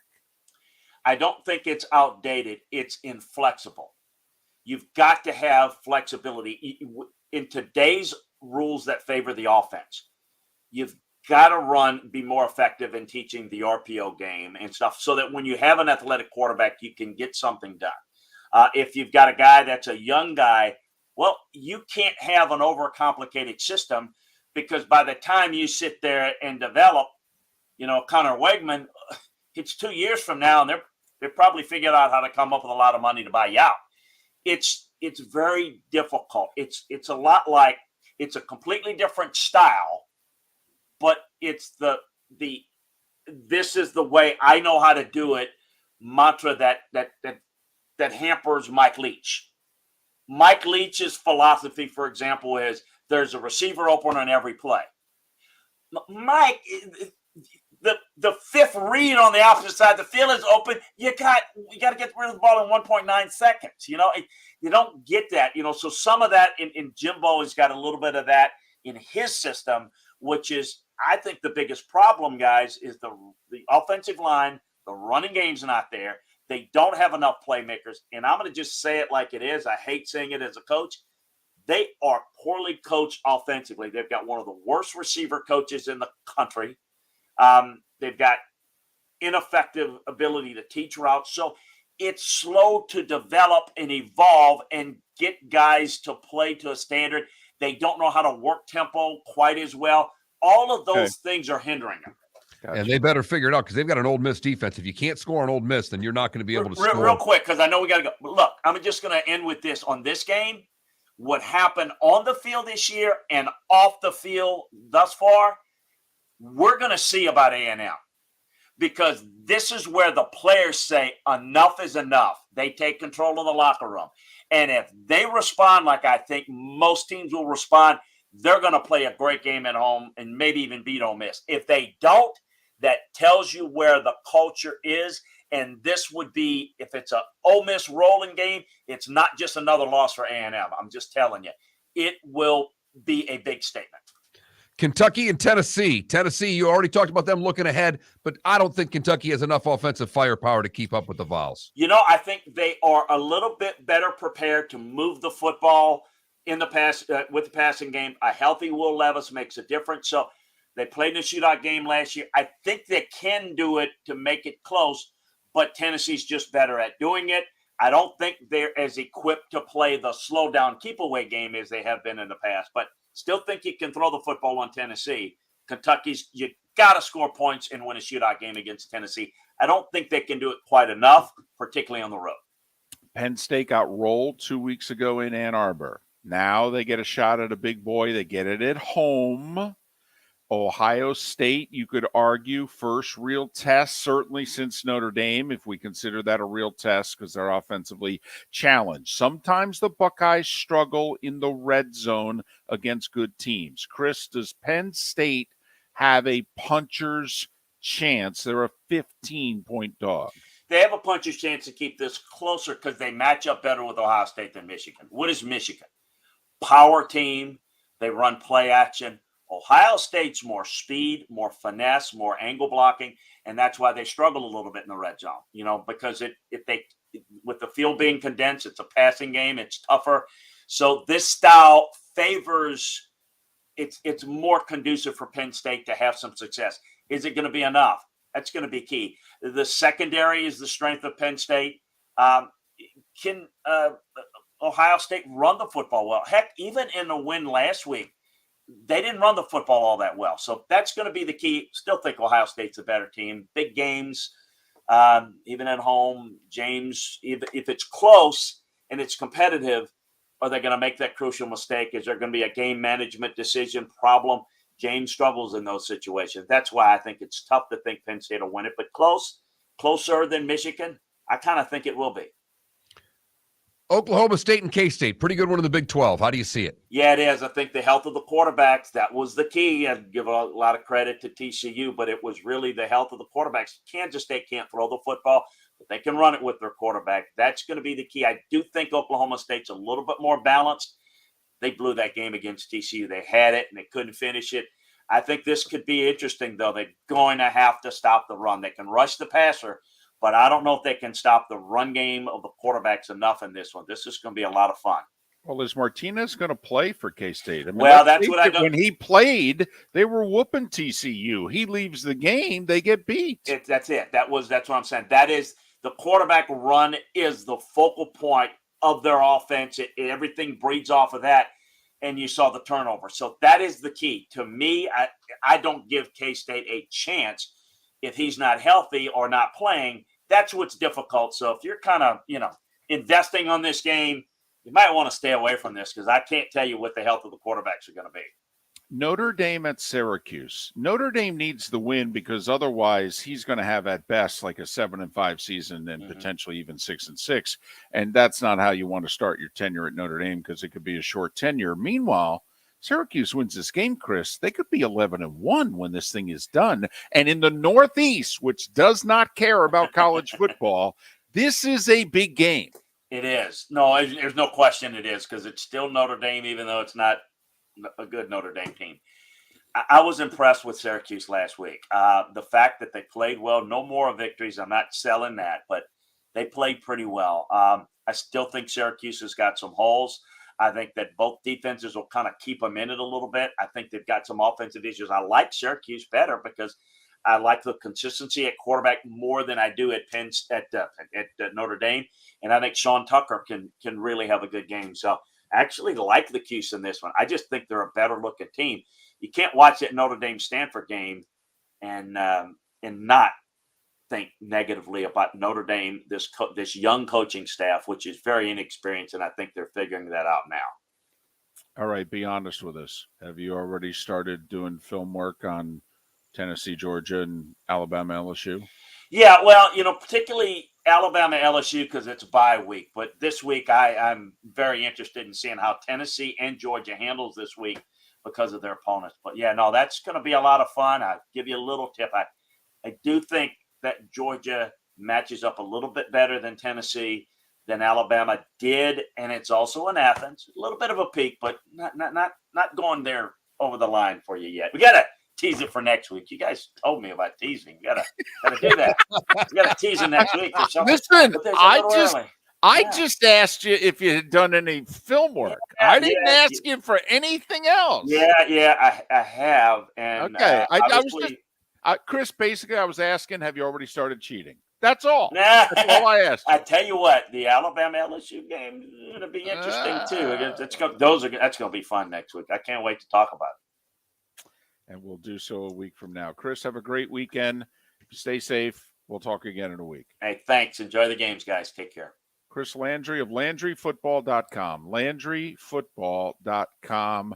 And he gives it to you Cliff Notes version, neck deep version. If you love football, Chris is your kind of guy. And what he said about A&M, that was the nuts and bolts of that segment, because he just called out that entire team.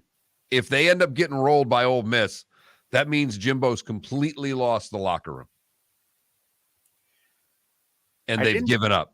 I didn't ask him about it because I didn't know if he had done film work on it, and I never want to put a guest in a bad spot. The Cincinnati UCF game, it's a big game for Gus. He needs to, he's lost a couple games this year in which, quite frankly, his base thinks they should be undefeated playing this game. And they're not. They got 2 losses to teams that they don't think they should have lost to. And so now it's kind of like, hey, you got to make up for one of those. And Cincinnati at home would be a nice makeup. Would be a great makeup, and I am stunned at the line is what it is. You pointed this out earlier. It's 1.5 in UCF's favored. I don't get it. Well, no.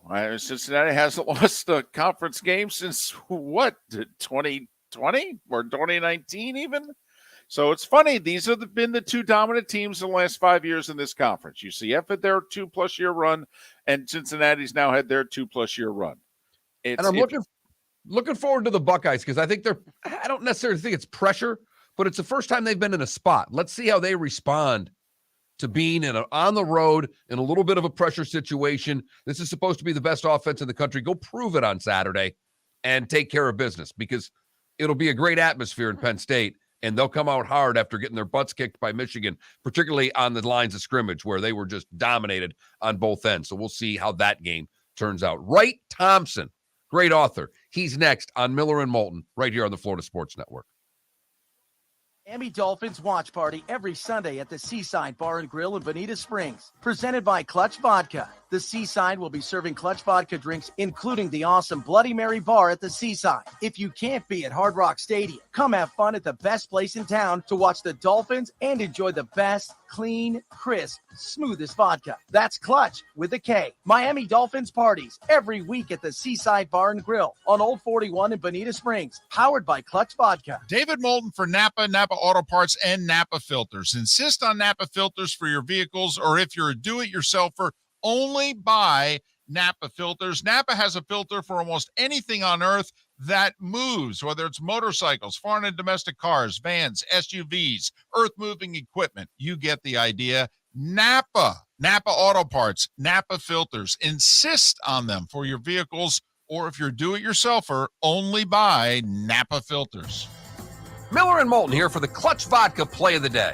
Mark, remember Nick Charles, Fred Hickman, the CNN Play of the Day? Yeah, CNN did a nightly sports show. That was a while ago. Yes, it was. Just work with me. Everyone liked the pod, the Play of the Day. So how about we have the Clutch Vodka Play of the Day? Sounds good. Fun. Smooth. Like Clutch Vodka. Listen weekday mornings for the Clutch Vodka Play of the Day. That's Clutch with a K. Mark Miller for SWFL Golf Carts, or online, flgolfcarts.com. If you're looking for a golf cart, an e-bike, or an e-motorcycle, go visit Alex and the gang at SWFL Golf Carts. flgolfcarts.com online.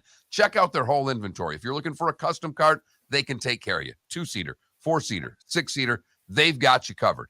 E-bikes, nobody better for value and service. E-motorcycles, check them out. Again, flgolfcarts.com. flgolfcarts.com. Ladies and gentlemen, once again. Yeah. Hi. Excuse me. Hey, the line starts back here. Ma'am, if your party's not here, you're going to have to go around again. If you had the opportunity to avoid all this, wouldn't you? Salt Live is the official transportation provider of the Miller and Moulton Morning Show, making your trip to and from the airport seamless and stress-free. Salt Live is supported with the help of local partners like the Bayfront Inn. Gather your family and friends and enjoy a leisurely day on the water with a pontoon or deck boat. If you prefer to explore the waterways without a motor, the Bayfront has canoes, standboards, and kayaks. At the end of your journey, enjoy lunch or dinner at the Bamboo Tropical Bar and Grill. The Bayfront Inn, something for everyone on 5th Avenue in downtown Naples. BayfrontInNaples.com. When you need a ride, book with Salt Live Transportation, 308-8686, or book on saltlivetransportation.com.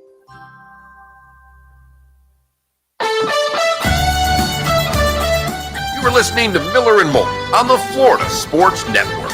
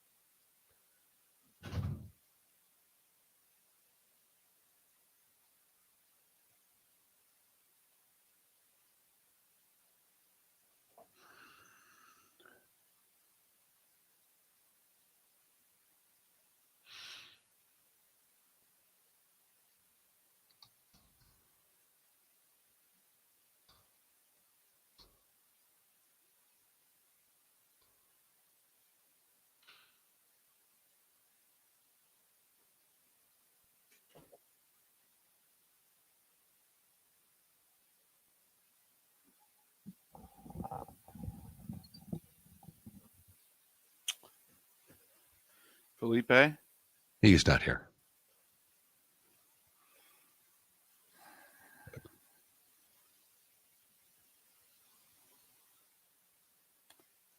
Well, I hope he doesn't come back when he normally does, because they're calling us.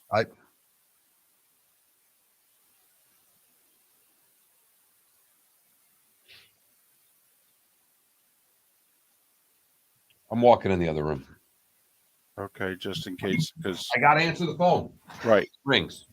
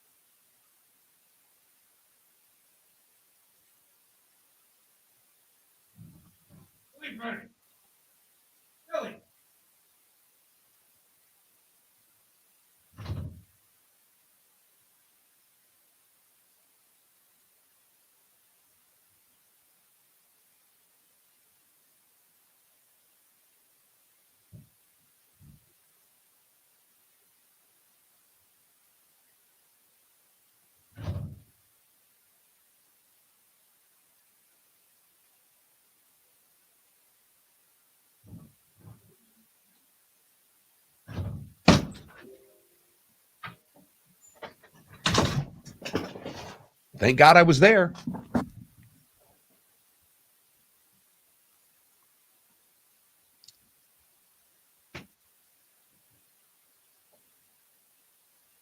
Now, this is one of those like NASCAR. We have till 09.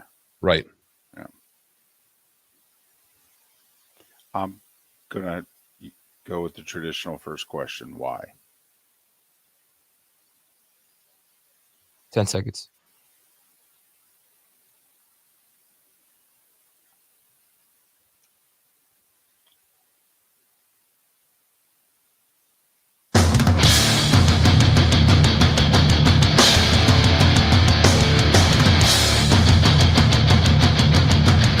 You are listening to Miller and Moulton, exclusively on the Florida Sports Network. And now, here's Mark Miller and David Moulton. And it is the bonus hour of Miller and Moulton. We'll get to our picks. We'll analyze the World Series all coming up. But it is an honor to speak with arguably the greatest sports writer of his era, Wright Thompson, who has so much great work that he's already produced, but he felt the need to do more. And it's a series of podcasts called The Cost of These Dreams, available iHeartRadio app and wherever you get your podcasts. Right, it's David and Mark. I know you're pressed for time. Thanks for making time for us. How are you? Oh man, I'm doing great. I wish I was sitting where you guys were sitting, but the weather's better. I don't know why I felt the need to do this. Somebody should have talked me out of it, but I'm happy it's out in the world, and yeah, appreciate your time too. Was this a matter of there was more? We kind of joked earlier when you write a book, it's not like there's an editor telling you to stop, but was there more to the stories? You've told so many with these books. Was there more to each of them that you felt needed to come out on the podcast? I just thought it would be an interesting. I mean, it's the stories, but they feel totally different because medium is so different, and I was curious about them, and it was fun. They say you can't teach an old dog new tricks, but it was fun to do something new. Right, of all the things that you've done, and I'm guessing you've gotten a lot of feedback, people stopping you on the street, that sort of deal. What is one or two things that you've done that the feedback you've gotten has surprised or impressed you the most? I wrote a thing 15 years ago about my late father, and the number of people who stop me in airports to talk about that is sort of staggering. And it's always really great because, it feels like, I don't know, it always makes me smile. And that story is called Holy Ground. That's in the book. That's on this podcast. But, that always really makes me smile. Do you think that's because everybody, I mean, it's easy to read a book, whether it's about Ted Williams or about a great athlete or a great story, and get involved in it. But when it's about your dad, I think all of us can look at that and perhaps maybe more relate to that than anything else. 100%. I mean, that's very savvy. I mean, that's exactly what it is. And, there's a great, like, John Steinbeck quote that readers only really identify with a book or a story if it's about them on some level, even if it's about somebody really famous. If there isn't something in it that makes them look and understand their life in a different way, it's kind of useless. So, no, I think you're exactly right. Wright Thompson, a series of podcasts called The Cost of These Dreams, available iHeartRadio app and wherever you get your podcasts. When you've taken some of your literary work and moved it to television, whether it be a 30 for 30 or what have you, is it difficult do you feel that the one medium's so different from the other that things get lost, or have you found that you're able to do it and you feel okay with the product? I mean, I think they're two separate answers. I mean, one, I definitely feel great about the product. You know, when it's done, they have almost nothing in common with each other. I mean, that was the thing that's shocking for me, is to realize that. I mean, it's the difference between being a doctor and a lawyer. I mean, they have almost nothing in common, and in fact, many of the things that make you good at one of them make you bad at the other one. I mean, you know, the interviewing someone for a story is totally different than interviewing them for television. And if you're good at one of them and you try to replicate it, you're going to suck at the other one. And it's really interesting. And you know, no one tells you that. You just have to screw it up. I've got to ask you, I know we do sports here, but how much bourbon are we talking on these podcasts? Because Pappyland has me very intrigued, sir. A staggering amount of bourbon. I mean, like, you know, like the kind of, like, look in the mirror amounts of bourbon.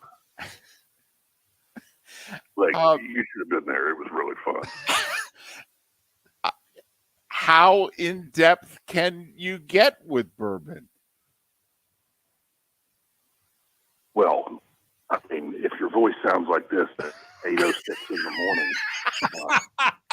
it's sounds sober. I mean, a couple of drinks and sound like Richard Petty. I mean, it's, you know, like I've been chain smoking Winston's or something. So no, it's you know, I prefer to think of it as a vocal aid. That's what I tell the IRS. Yeah, I like the research for that project very, very much so, right? But yeah. But the getting that story, give us just a nugget with, you know, sitting down drinking Pappy with the Buffalo Trace people. What is it that you found out that maybe surprised you the most? Well, you know, I mean, the book you're speaking about, if people don't know, it's called Pappyland, and it's about the 3 years I spent with Julian Van Winkle, who makes Pappy Van Winkle. And, you know, I was stunned by the amount that they throw away, because he doesn't, you know, he's holding a line. That, I mean, I'm telling you, I would taste him and I'd be like, Julian, I can't tell the difference. And he'd be like, well, that's because you're an animal. And I just was stunned by the rigor of the process. They take it. I mean, of course they do. I mean, I guess it makes sense, but they take it very seriously. I know we're pressed for time, and we appreciate your time, but there's so much more distrust now towards quote unquote media than there's ever been. Do you find it more difficult by year to get people to open up to you and allow you to spend the time that you need to do it right? Or quite frankly, does your reputation and what you've done in the past still open up those doors? I don't know. I mean, I was on a tour of the White House 5 or 6 years ago, and they had I think it was Grover Cleveland, but I might be wrong, but they had they have the official painting of all the presidents. And one of the presidents had like crumpled up newspaper in his hand because he hated the press so much. And this was in like the 1800s. I mean, I tend to think that, and I'm guilty of it too, so I'm not pointing fingers, but that, you know, whatever people think that whatever the time they live in is totally unique and the most important time that ever existed. And so I don't know. I think these things go in cycles. I think everybody sort of understands that there has always, going back, you know, when someone stepped out of the Coliseum, there was someone who wanted to tell a story about it, you know, and this has happened for thousands of years and will happen for thousands of years. And so I don't, you know, I think the mediums change. I mean, you know, I used to write for magazines and newspapers, which don't exist as much anymore. And, you know, so I think mediums change, but, you know, I think politicians hate the press because they call them out on their lies, and politicians have the most sway over whichever party you support, politicians have shocking sway over people's psyches. So it's sort of like, the only thing that all American politicians agree on is that they hate whoever's covering them. And so I don't know. I think it goes in cycles. We know you're pressed for time. Best of luck with The Cost of These Dreams, a series of podcasts, a compilation available iHeartRadio app and wherever you get your podcasts. Hopefully we can do this again, right? Anytime, man. This was really fun. Thank you. Thank you, Thompson. And that Great was Pappy not with Pappy. I mean, come on. Yeah, I know. Exactly. And you're an animal. And I was not just being kind to a guest, which we always try to be. He's arguably the greatest American sports writer of his era. And he's not yet 50. And if you think of the work that he has already produced in his life and career, it is staggering. It's 8:06 in the morning because he's in Central Time. Right. After I have a few of these, I'd sound like Richard Petty. Smoking a carton of Winston's. Think the stories would get good after he gets into that bourbon a little bit? Please. I think if we weren't limited to a 9-minute PR segment, because he's got to do a series of these for 2-3 hours around the country, think about how interesting the stories will get. By the time he's on like his, 8th or 9th station, he may just tell one story for the full 9 minutes once he gets going. He talked about how much they throw away. I remember I've been to a lot of wineries. I went to Napa and I've been out to Oregon, some wineries. And they always tell you, if you don't like it, spit it out when you're doing these tastings. And for the life of me, that's the hardest thing in the world to do. Someone's putting booze in front of you and they tell you, if you don't like it, just spit it out. Exactly. No, why would I do that? Right. No, I'll swallow it. It's okay. I'll suffer. Then after your fourth wine, you realize, well, you probably should have spit some out at the first two and you didn't like it. Wright Thompson, who's written about Michael Jordan, Ted Williams, Tiger Woods.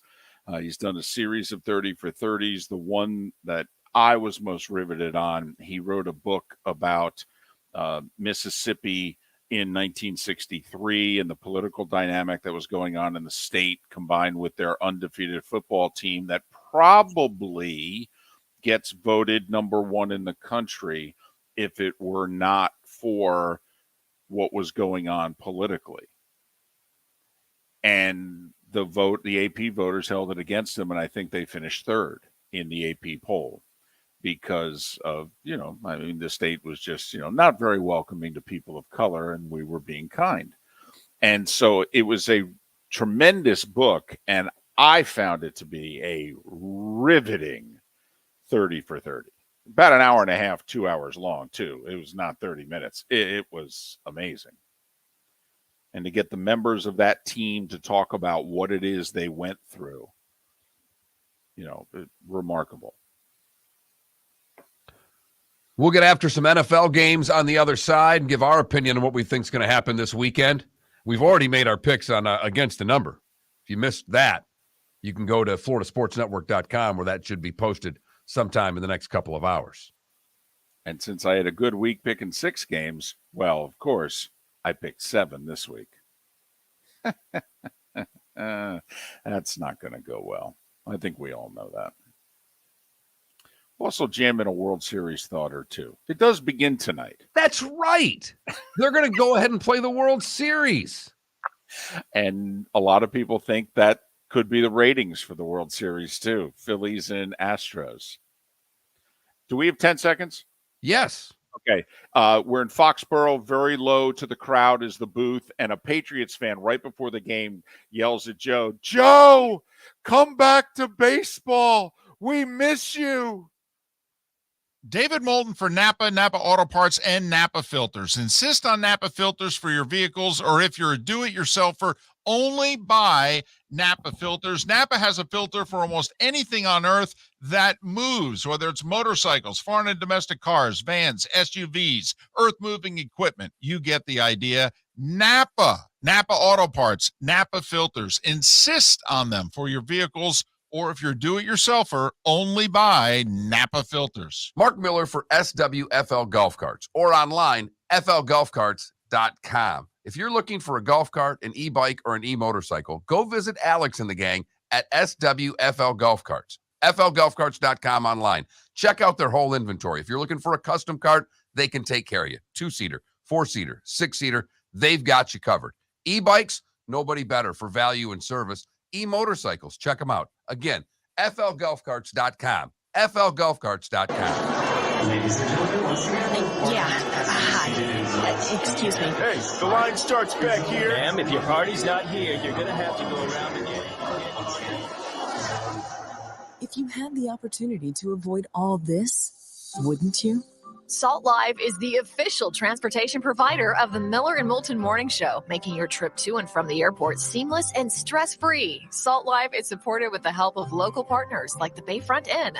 Gather your family and friends and enjoy a leisurely day on the water with a pontoon or deck boat. If you prefer to explore the waterways without a motor, the Bayfront has canoes, standboards, and kayaks. At the end of your journey, enjoy lunch or dinner at the Bamboo Tropical Bar and Grill. The Bayfront Inn, something for everyone on 5th Avenue in downtown Naples. BayfrontInNaples.com. When you need a ride, book with Salt Live Transportation, 308-8686, or book on saltlivetransportation.com.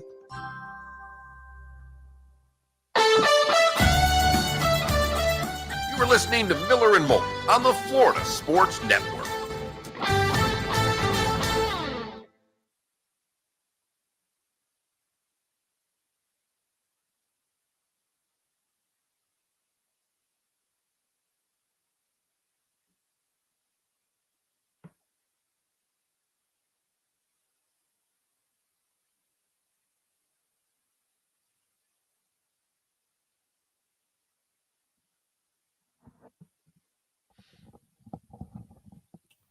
Well, Klecko, I said of his generation.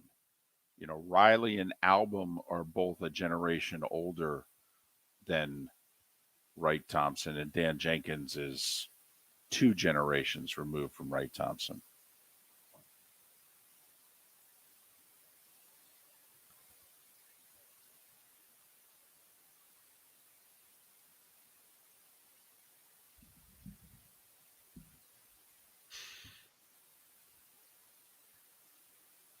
He's more Album, I think, than the other 2 in this sense. He goes much deeper.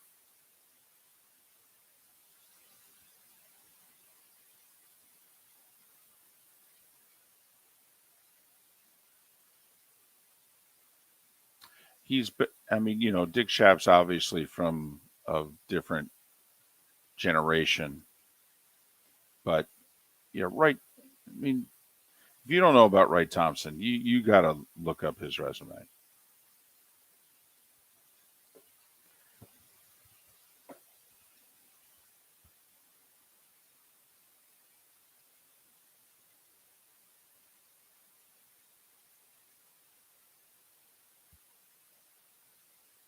It wasn't really Wright Thompson. It was Ed Orgeron impersonating Wright Thompson. Right. There's a guy doing like that Annie Ager thing with SEC. I don't know if you've seen the guy. It's pretty good. He always comes in with Beamer with the sunglasses on. And he did the whole one with Orgeron interrupting the meeting last week, getting the job at Auburn. That's funny. Just the concept of it's funny. And he's he's a bearded guy, middle-aged guy. It's pretty funny. And I mean actual middle age. He's between 30 and 35 and 45. I mean, Logic Man, technically we get money for both. If we have enough people following, we get a few bucks for that. We do get partial money from the subs. But really, for the most part, just the subs. You get money from subs, and like when you see Adam always cheers us money. He always throws a couple of shekels our way, which is great. But other than that, I guess I can press an ad thing to make you watch an ad, and we get like 64 cents from that. Mm-hmm. But subscriptions is really the only place that we make our money. That's why we say if you've got Amazon Prime, you get one for free. It doesn't even cost you anything. Like I subscribe to our channel because I have an Amazon Prime account.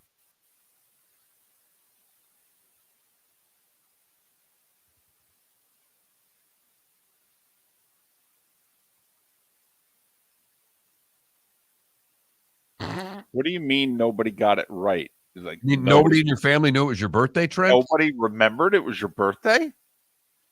Oh, man. You would think one of the members of the family would have gotten a reminder on Facebook. Thanks, Logic Man. Very appreciative. No, and Klecko, once again, Frank DeFord's from a different generation. Album almost is from a different generation. Yeah, no, he is. Riley and Album are a generation. They're in their mid-60s. Yeah, They're a Album's generation. 64. Right. Wright Thompson, I think, is 48.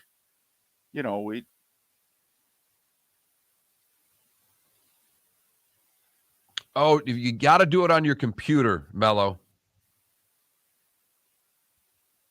You know what? I think you're right, Adam. I'm going to take some of the money, buy David a Jags t-shirt, and send it to him with his cut for a month. 20 seconds. And Mark might have to throw in $5. Okay. That's how big our cut is. Thanks, Trent. Happy birthday, Trent. We wouldn't have forgotten you. 10 seconds.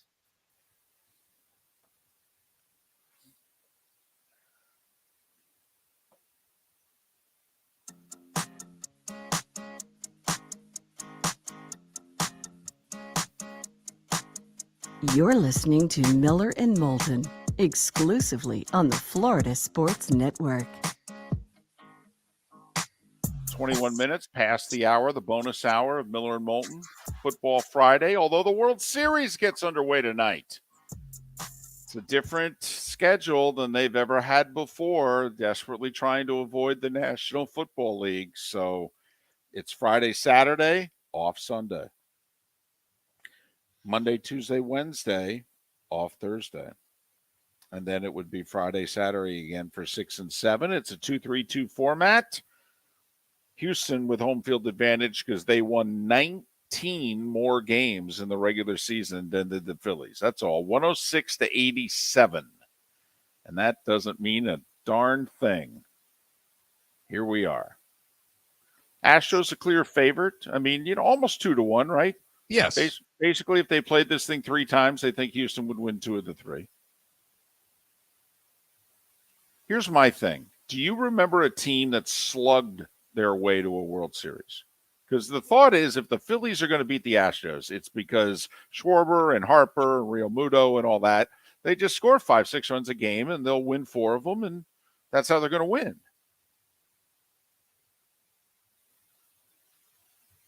I think the problem with that is that Houston can do the same thing. They can.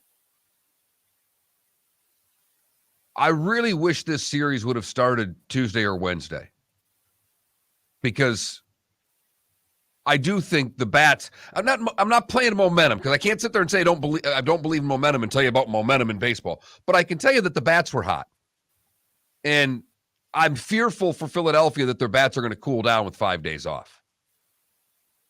Aaron Nola, the number 2 starter for the Phillies, against Justin Verlander, the number 1 starter for the Astros tonight in Houston.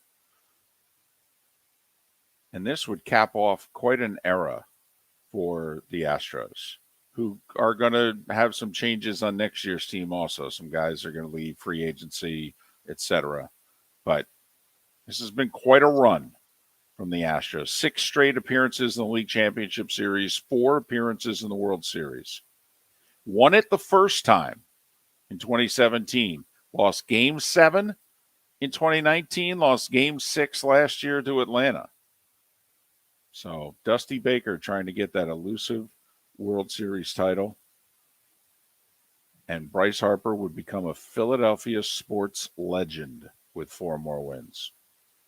I'm not one of those that has something against the Astros because of the cheating from years ago. I don't. I love the story for Dusty. But in watching what I've watched of the playoffs, the Philadelphia team's fun. Oh, yeah. Absolutely. I don't know.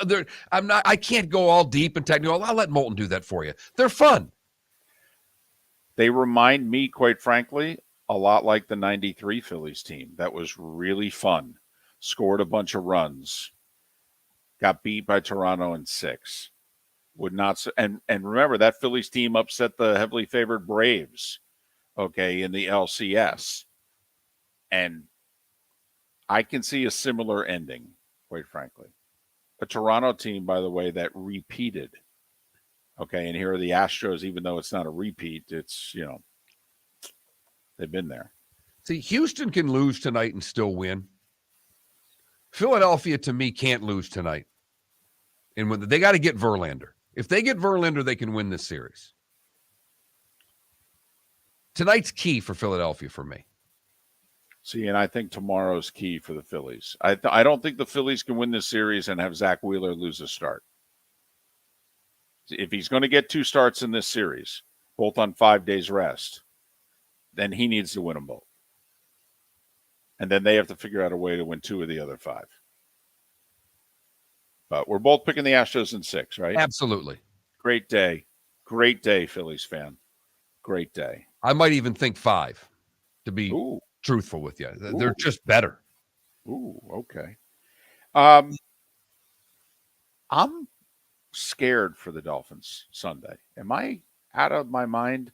Here's why. I don't think the Lions, first of all, the Lions were an inch away from having a fourth quarter lead against Dallas last week in Dallas.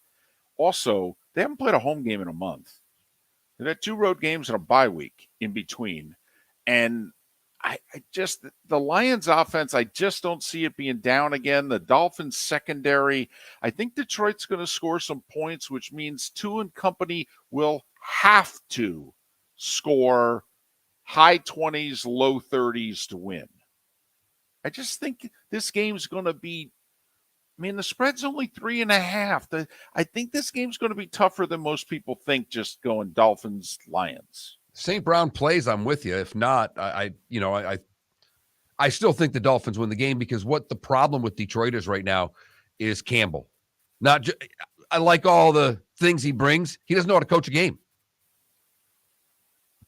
He's making Staley look like a coaching genius on the field. I'm telling you right now, Dan Campbell has screwed the games up all year long. I can't see how that's going to stop on Sunday. Give me the Dolphins. Only game involving winning teams, Giants at Seattle. Obviously, both teams overachieving here. Giants have won 4 in a row. Unbeaten on the road. Oh, by the way. Forget the whole, I still don't think the Giants are a good team thing, blah, blah, blah.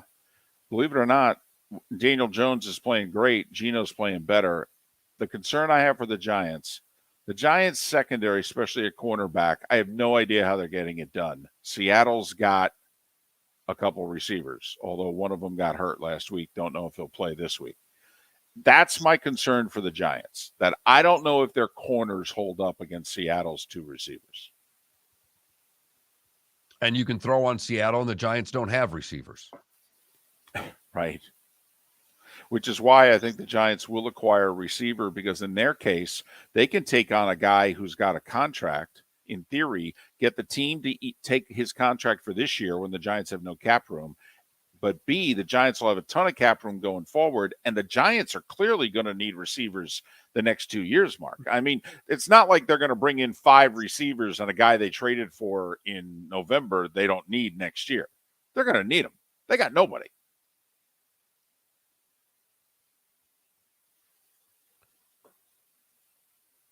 What do you think about Rams and Niners? Do you think the Rams can finally win a regular season game against San Francisco? Can they? Sure. Will they? Mark, they get out physical when they play the Niners. I've seen like 4 of their last 5 meetings. San Francisco beats them at the line of scrimmage. They do. And they're banged up on the offensive side of the line of scrimmage anyhow. If the Rams had the weapons to take advantage of the Niners' injuries on defense, I'd give them a better chance. Also, quite frankly, that crowd will be 50-50. If that. It might be more 60-40 Niners. It really might. Yes, we did a Rams-Niners game last year on Fox in which it was a 60-40 Niners crowd in the regular season. It was 40-60 come NFC Championship game, but you'll be surprised how many Niners fans will be at that game. Cocktail party, what type of shot do you give the Gators? Not much of one, because their defense is not good. If their defense could keep this, put it this way, Mark, I don't see Florida getting much above 24. Do you see their defense? I mean, best effort from the defense. I think they hold Georgia to around 27, 24 to 27. If you just took this performance, I think you'd be talking about Stetson going to New York and finishing 3rd or 4th for the Heisman. That's how I think you'll be able to play against Florida's defense, if you know what I mean. And Georgia, I think, is going to be very patient in this game. I think Florida could keep it close for a while because I think Georgia offensively is going to be like, we don't have to take any chances against these guys. All right, we can just line up and run our plays and score points against these guys. I will say Stetson Bennett, 2 meetings against Florida, has not played well. Stetson was not the reason they won last year. Those 3 turnovers in the final 3 minutes of the second quarter is the reason Georgia won. Stetson Bennett has not played well against Florida. And we'll see if he can have a performance in his last crack against the Gators. Miller and Moulton, the good, the bad, and the ugly. Today was the day when. What's on tap? All still ahead as we finish up a week right here. Where else but on the Florida Sports Network? WFL Golf Carts or online, flgolfcarts.com. If you're looking for a golf cart, an e-bike, or an e-motorcycle, go visit Alex and the gang at SWFL Golf Carts. flgolfcarts.com online. Check out their whole inventory. If you're looking for a custom cart, they can take care of you. 2-seater, 4-seater, 6-seater, they've got you covered. E-bikes, nobody better for value and service. E-motorcycles, check them out. Again, flgolfcarts.com. flgolfcarts.com. Ladies and gentlemen, hi. Excuse me. Hey, the line starts back here. Ma'am, if your party's not here, you're going to have to go around again. If you had the opportunity to avoid all this, wouldn't you? Salt Live is the official transportation provider of the Miller and Moulton Morning Show, making your trip to and from the airport seamless and stress-free. Salt Live is supported with the help of local partners like the Bayfront Inn. Gather your family and friends and enjoy a leisurely day on the water with a pontoon or deck boat. If you prefer to explore the waterways without a motor, the Bayfront has canoes, standboards, and kayaks. At the end of your journey, enjoy lunch or dinner at the Bamboo Tropical Bar and Grill. The Bayfront Inn, something for everyone on 5th Avenue in downtown Naples. BayfrontInNaples.com. When you need a ride, book with Salt Live Transportation, 308-8686, or book on saltlivetransportation.com. Don't miss the Miami Dolphins watch party every Sunday at the Seaside Bar and Grill in Bonita Springs. Presented by Clutch Vodka. The Seaside will be serving Clutch Vodka drinks, including the awesome Bloody Mary bar at the Seaside. If you can't be at Hard Rock Stadium, come have fun at the best place in town to watch the Dolphins and enjoy the best, clean, crisp, smoothest vodka. That's Clutch with a K. Miami Dolphins parties every week at the Seaside Bar and Grill on Old 41 in Bonita Springs. Powered by Clutch Vodka. You are listening to Miller and Moulton on the Florida Sports Network.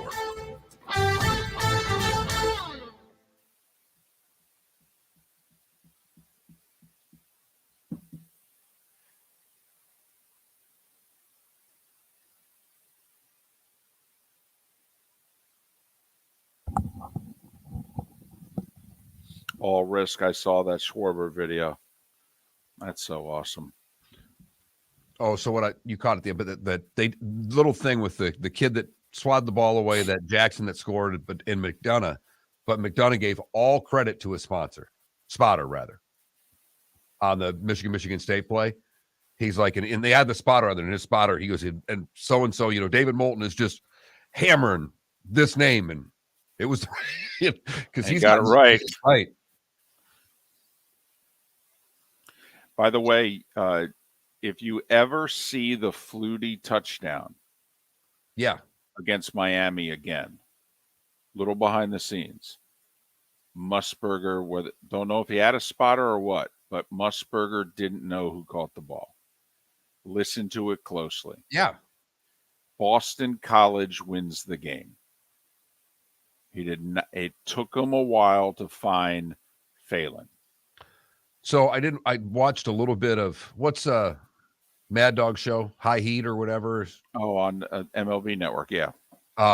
Had Larry Boa on, and they went through the 80 NLCS of Astros Epic. And that's Russo said, he goes, look, I've been covering this sport and watching this sport. He goes, I think it's the best league championship series ever played, and it gets no credit.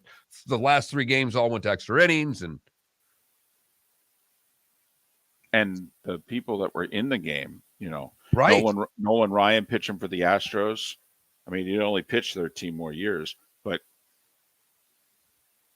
and he was already great Astros on some great players on those Astros teams. Oh yeah, I mean, Jose Cruz, Cesar Cedeno, I think was on that team. Yeah, I mean, but I was watching the highlights. They were going through game by game, and I'm just, the grainy TV. I'm loving every second of it. I will say, I was watching MLB Network. Yes. And I believe in that deciding 5th game, I think the Astros have a 5-2 lead in the 8th with Nolan on the hill, and the Phillies beat them, which is another reason why it was so epic. And also the Phillies winning a big game. The Phillies had lost 76, 77, 78 in the LCS and had gone home meekly in all of them. I think they, were like 1-9 or 2-9 in those series. No, J.R. Richard, I think J.R. had the stroke in 80, but don't quote me. Maybe it was 81. Oh, that's real close to J.R. I mean, he started the season on the team because when Nolan went to Houston in 80, he took the pictures with J.R. I think he was on the team. I think he had the stroke in 81. I think he had the stroke in 81.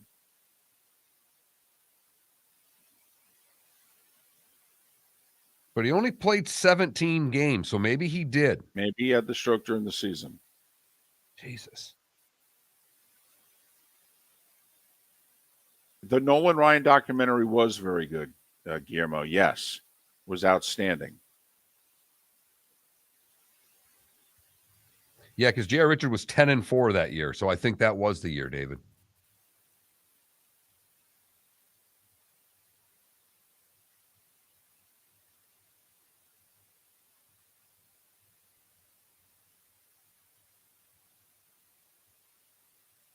But, I mean, you forget all the players the Phillies had on that team. Oh, my goodness. So I'm guessing you'll get some of that during the series. I hope at least they throw a little bit at you. I mean, Pete Rose played first and Mike Schmidt played third. Okay.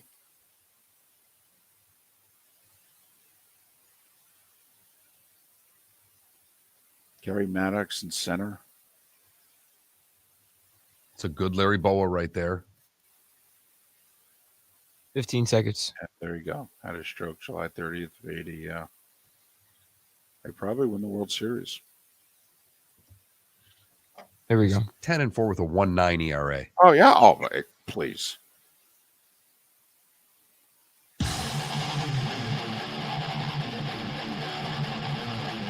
You're listening to Miller and Moulton, exclusively on the Florida Sports Network. 22 minutes until the top of the hour, 17 minutes until we're out of here. Miller and Moulton, the Florida Sports Network, floridasportsnetwork.com. Our poll question, and we did a bad job promoting it because it's a pretty solid question. Mark, I hope you're leaving it up through the weekend. No? It'll be up for 24 hours. That's just kind of how these things work. All right. Unless I make changes. Gotcha. So, Mark, because to review, if you weren't with us early in the show, and I'm guessing most of you were not, that Mark is apparently doing Halloween for, 4 straight days? 3 of the next 4? I get Sunday off. I get Thank Sunday goodness. off. The National Football League takes out trick-or-treating, but we have trunk-or-treating at the school tonight. We have trunk-or-treating at the church tomorrow, and then we have the traditional trick-or-treating on Monday. By traditional, it means in a golf cart driving around the neighborhood. Right? Yeah, well. Right. Can cover more ground that way. I'm curious, does the 8-year-old actively ride in the cart, or is that strictly for you? No, she loves to drive it. She likes to sit on my lap and drive the cart. So Well, I'm guessing about 40 minutes in, legally she has to drive it, but that's a whole other story.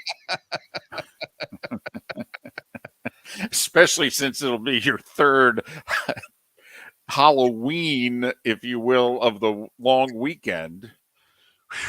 Well, I know there'll be no drinking at school tonight, but you never know what's going to happen at church on Saturday, David. I would hope, especially since I know the denomination you guys are, I would think there's a better than 50-50 chance, to be honest. I mean, you combine that with it's a Saturday night. I mean, seriously? In fact, one of the trunks could just be filled with wine. Right. No, kids. This car is not for you. No. This car is not for you. No. In fact, have your parents come over. I need help changing a tire. Yep. Mm-hmm. It's time for someone to take back this segment, if for no other reason than to stop David from talking about Meghan and Harry. Here's Mark Miller with Today Was the Day When. We start in 1492. Christopher Columbus sights Cuba, claims it for Spain. 1793, Eli Whitney applies for a patent for the cotton gin. 1886, the Statue of Liberty is dedicated by President Grover Cleveland and is celebrated by the first ticker tape parade in New York City. Wow. So the first one? Right. I thought that was a neat little factoid. Yeah, the first Canyon of Heroes deal. Okay. 1890, I love these old World Championship baseball series. Louisville beats Brooklyn 6-2 in Game 7 to tie the series 3-3-1, and the deciding game was never played. That's the second one this week in which they just stopped. No. What are you doing? We played the whole season. We get to the World Series. It's tied. Forget the rules. We're playing tomorrow. Guys, tomorrow? What do you say? Sure. Let's do it. Just think of, 130 years from now, the World Series got to Game 7, but they tied one, so they didn't finish it. It just wouldn't make any sense. Right. Hey, guys, it's a best of 7. Sorry, we played 7. It's over. That's it. We're done. But it's tied. I don't know what to tell you.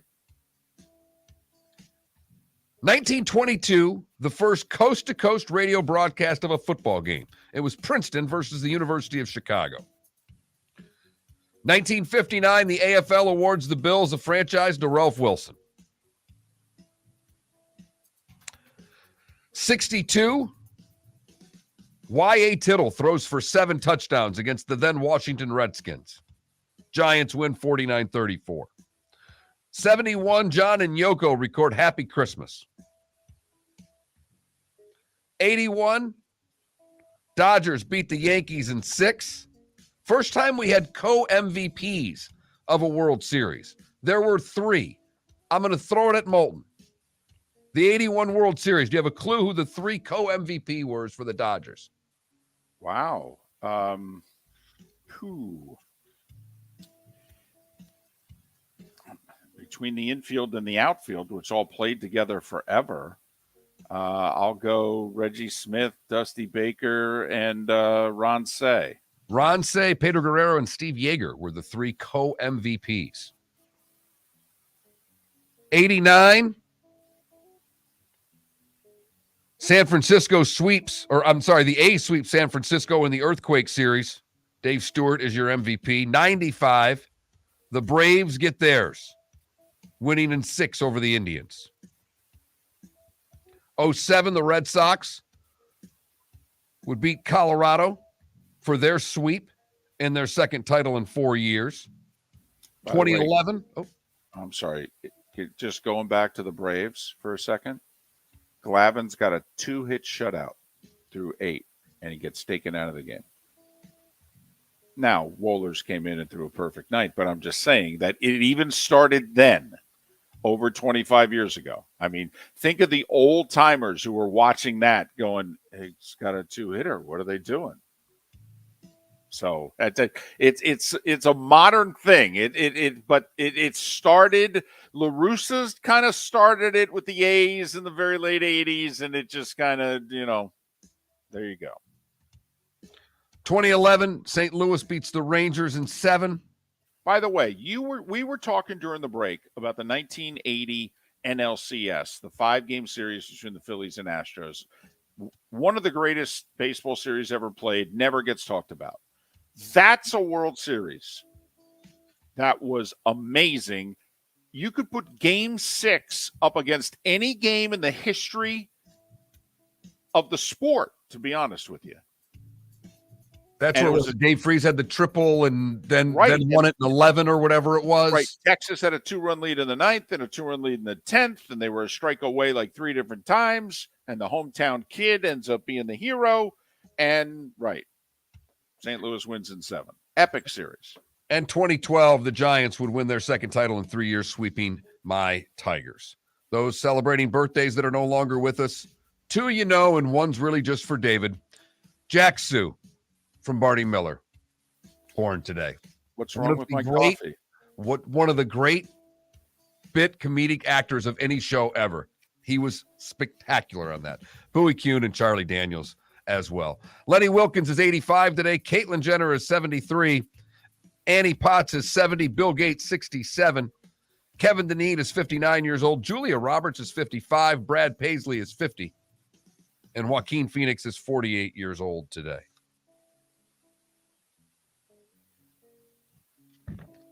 Did I miss anything? Well, it depends. Did you mention the Statue of Liberty was dedicated today? I did. That's why we had the ticker tape parade. Gotcha. I only heard the ticker tape parade. So I pulled the Felipe for the first part.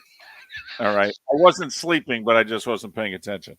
The Gateway Arch completed today in 65 in St. Louis. And the whole Cuban Missile Crisis basically ended today. Khrushchev ordered the withdrawal of missiles 60 years ago today.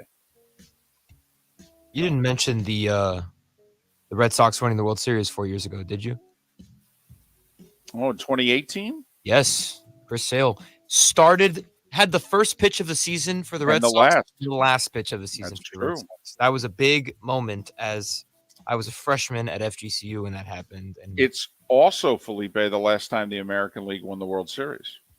That is correct. Wait. You've got Nats, Dodgers, Braves. Yep. See if that changes. You've heard folks elsewhere mock Florida is gonna Florida. Well, Mark Miller sees it differently. He calls it the good, the bad, and the ugly. What you got, Mark? We'll stay right here via Tampa. Yesterday, Rebuilding Together Tampa Bay announced nearly $1 million in grants and donations for Hurricane Ian relief effort for Southwest Florida. The funds will help low-income families in the most damaged areas that have been declared disasters by FEMA. Thank you, Tampa. Well done. And a double good because Cabbage Key Inn is open again on Cabbage Key. You can only get there by boat. They've been closed. They just reopened. Cash only right now until they get internet. For the bad, we go to Georgia and a drive-through.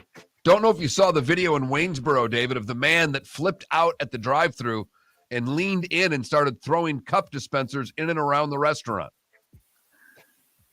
I hate littering too. Let me tell you, I would have hopped the counter and gone after the guy. No, he was inside the drive-through window. He got out of his car, in his window, and was throwing, crawled into the restaurant through the drive-through. Car and park. I would have just been slamming the window. Oh, I was going to say, I would have beaten the tar out of the guy. Yeah. But he picked up a drink dispenser and started firing it. That is not having it your way. Ha, ha, ha. But it is having it his way. Hello. For the ugly, we go to North Carolina, where the Gastonia Police Department responded to reports of shots being fired in the neighborhood. When they got there, they found a 64-year-old woman who said she was firing a revolver at soda cans because she didn't approve of her dad drinking them. The cans in question were Diet Mountain Dew. And, whether or not you're a fan of Diet Mountain Dew, but guns and Diet Mountain Dew don't mix, David. No, Mark, they don't. That is the good, the bad, and the ugly on today, October the 28th, 2022. They didn't say how old the dad was, but, if she's 64 and we just give him 18, That puts them at 82. Correct. If you're 82, you can drink whatever in the hell you want to drink. I agree with that. Diet Mountain Dew is the worst thing this guy's doing? I mean, no offense at this age. I mean, just give me my soda and leave me alone. Thank you. I mean, I don't know if this is any comparison, but my 82-year-old grandfather still has scoops of Bluebell ice cream like every night. And of course, he should have them every night. Right. Yeah. There's only one person that can give him grief, too. That and it's not an offspring. Yeah. That and cigars. That's pretty much his diet. There you go. How old is he again? 82. He might be 83, actually. There you go. Smoking cigars and eating chocolate ice cream. Boom. What a life. He's also a psychopath, sorry to interrupt, because he watches every single Marlins game. Every single one. And I don't know how he does it. It's because he eats ice cream and smokes cigars. I guess that's it. It's a slow life. I guess that's it. A lot of NBA going on tonight. I mean, the most important game, you'll hear about it all day long. The Lakers are in Minnesota taking on the T-Wolves. The T-Wolves are a 7.5-point favorite to keep the Lakers winless. They're 0-4. Oh, sorry, I was asleep. 0-4. Mark, I got to admit, there's 2 college football games. East Carolina at BYU on ESPN2 at 8 o'clock. Louisiana Tech at FIU on CBS Sports Network at 8 o'clock. Oh, yeah, 8 o'clock World Series on Fox. Big Fox. No, Big Fox World Series. Game 1, Phillies and Astros. Hope the Phillies bats continue. I mean, think about it. You know, Astros had a first-round bye, so the Astros swept Seattle. Okay, and then swept the Yankees, right? I mean, the Astros have yet to lose in the playoffs. Right, they're 7-0. Right, and the Phillies 9-2. are 10-2. 10-2, right? No, 9-2. You're right. Yeah, they won 2, 3, and 4. Okay, 9-2. So we got 7-0 and 9-2. Mm-hmm. Both like the Astros in 6. And hockey tonight. We got anything going on? Bunches of games, nothing involving the Florida teams. I would argue the best game on the slate's probably Colorado at New Jersey. It's because Jersey's hot. Exactly. And they can skate. They're young and fast. That should be a very entertaining game. I really think that it will. That's probably where my TV will go at 7 o'clock tonight if I don't watch college football, because that doesn't start till 8. So I'll probably get a period in of Avs and Devils. Probably text Seth during if something good happens.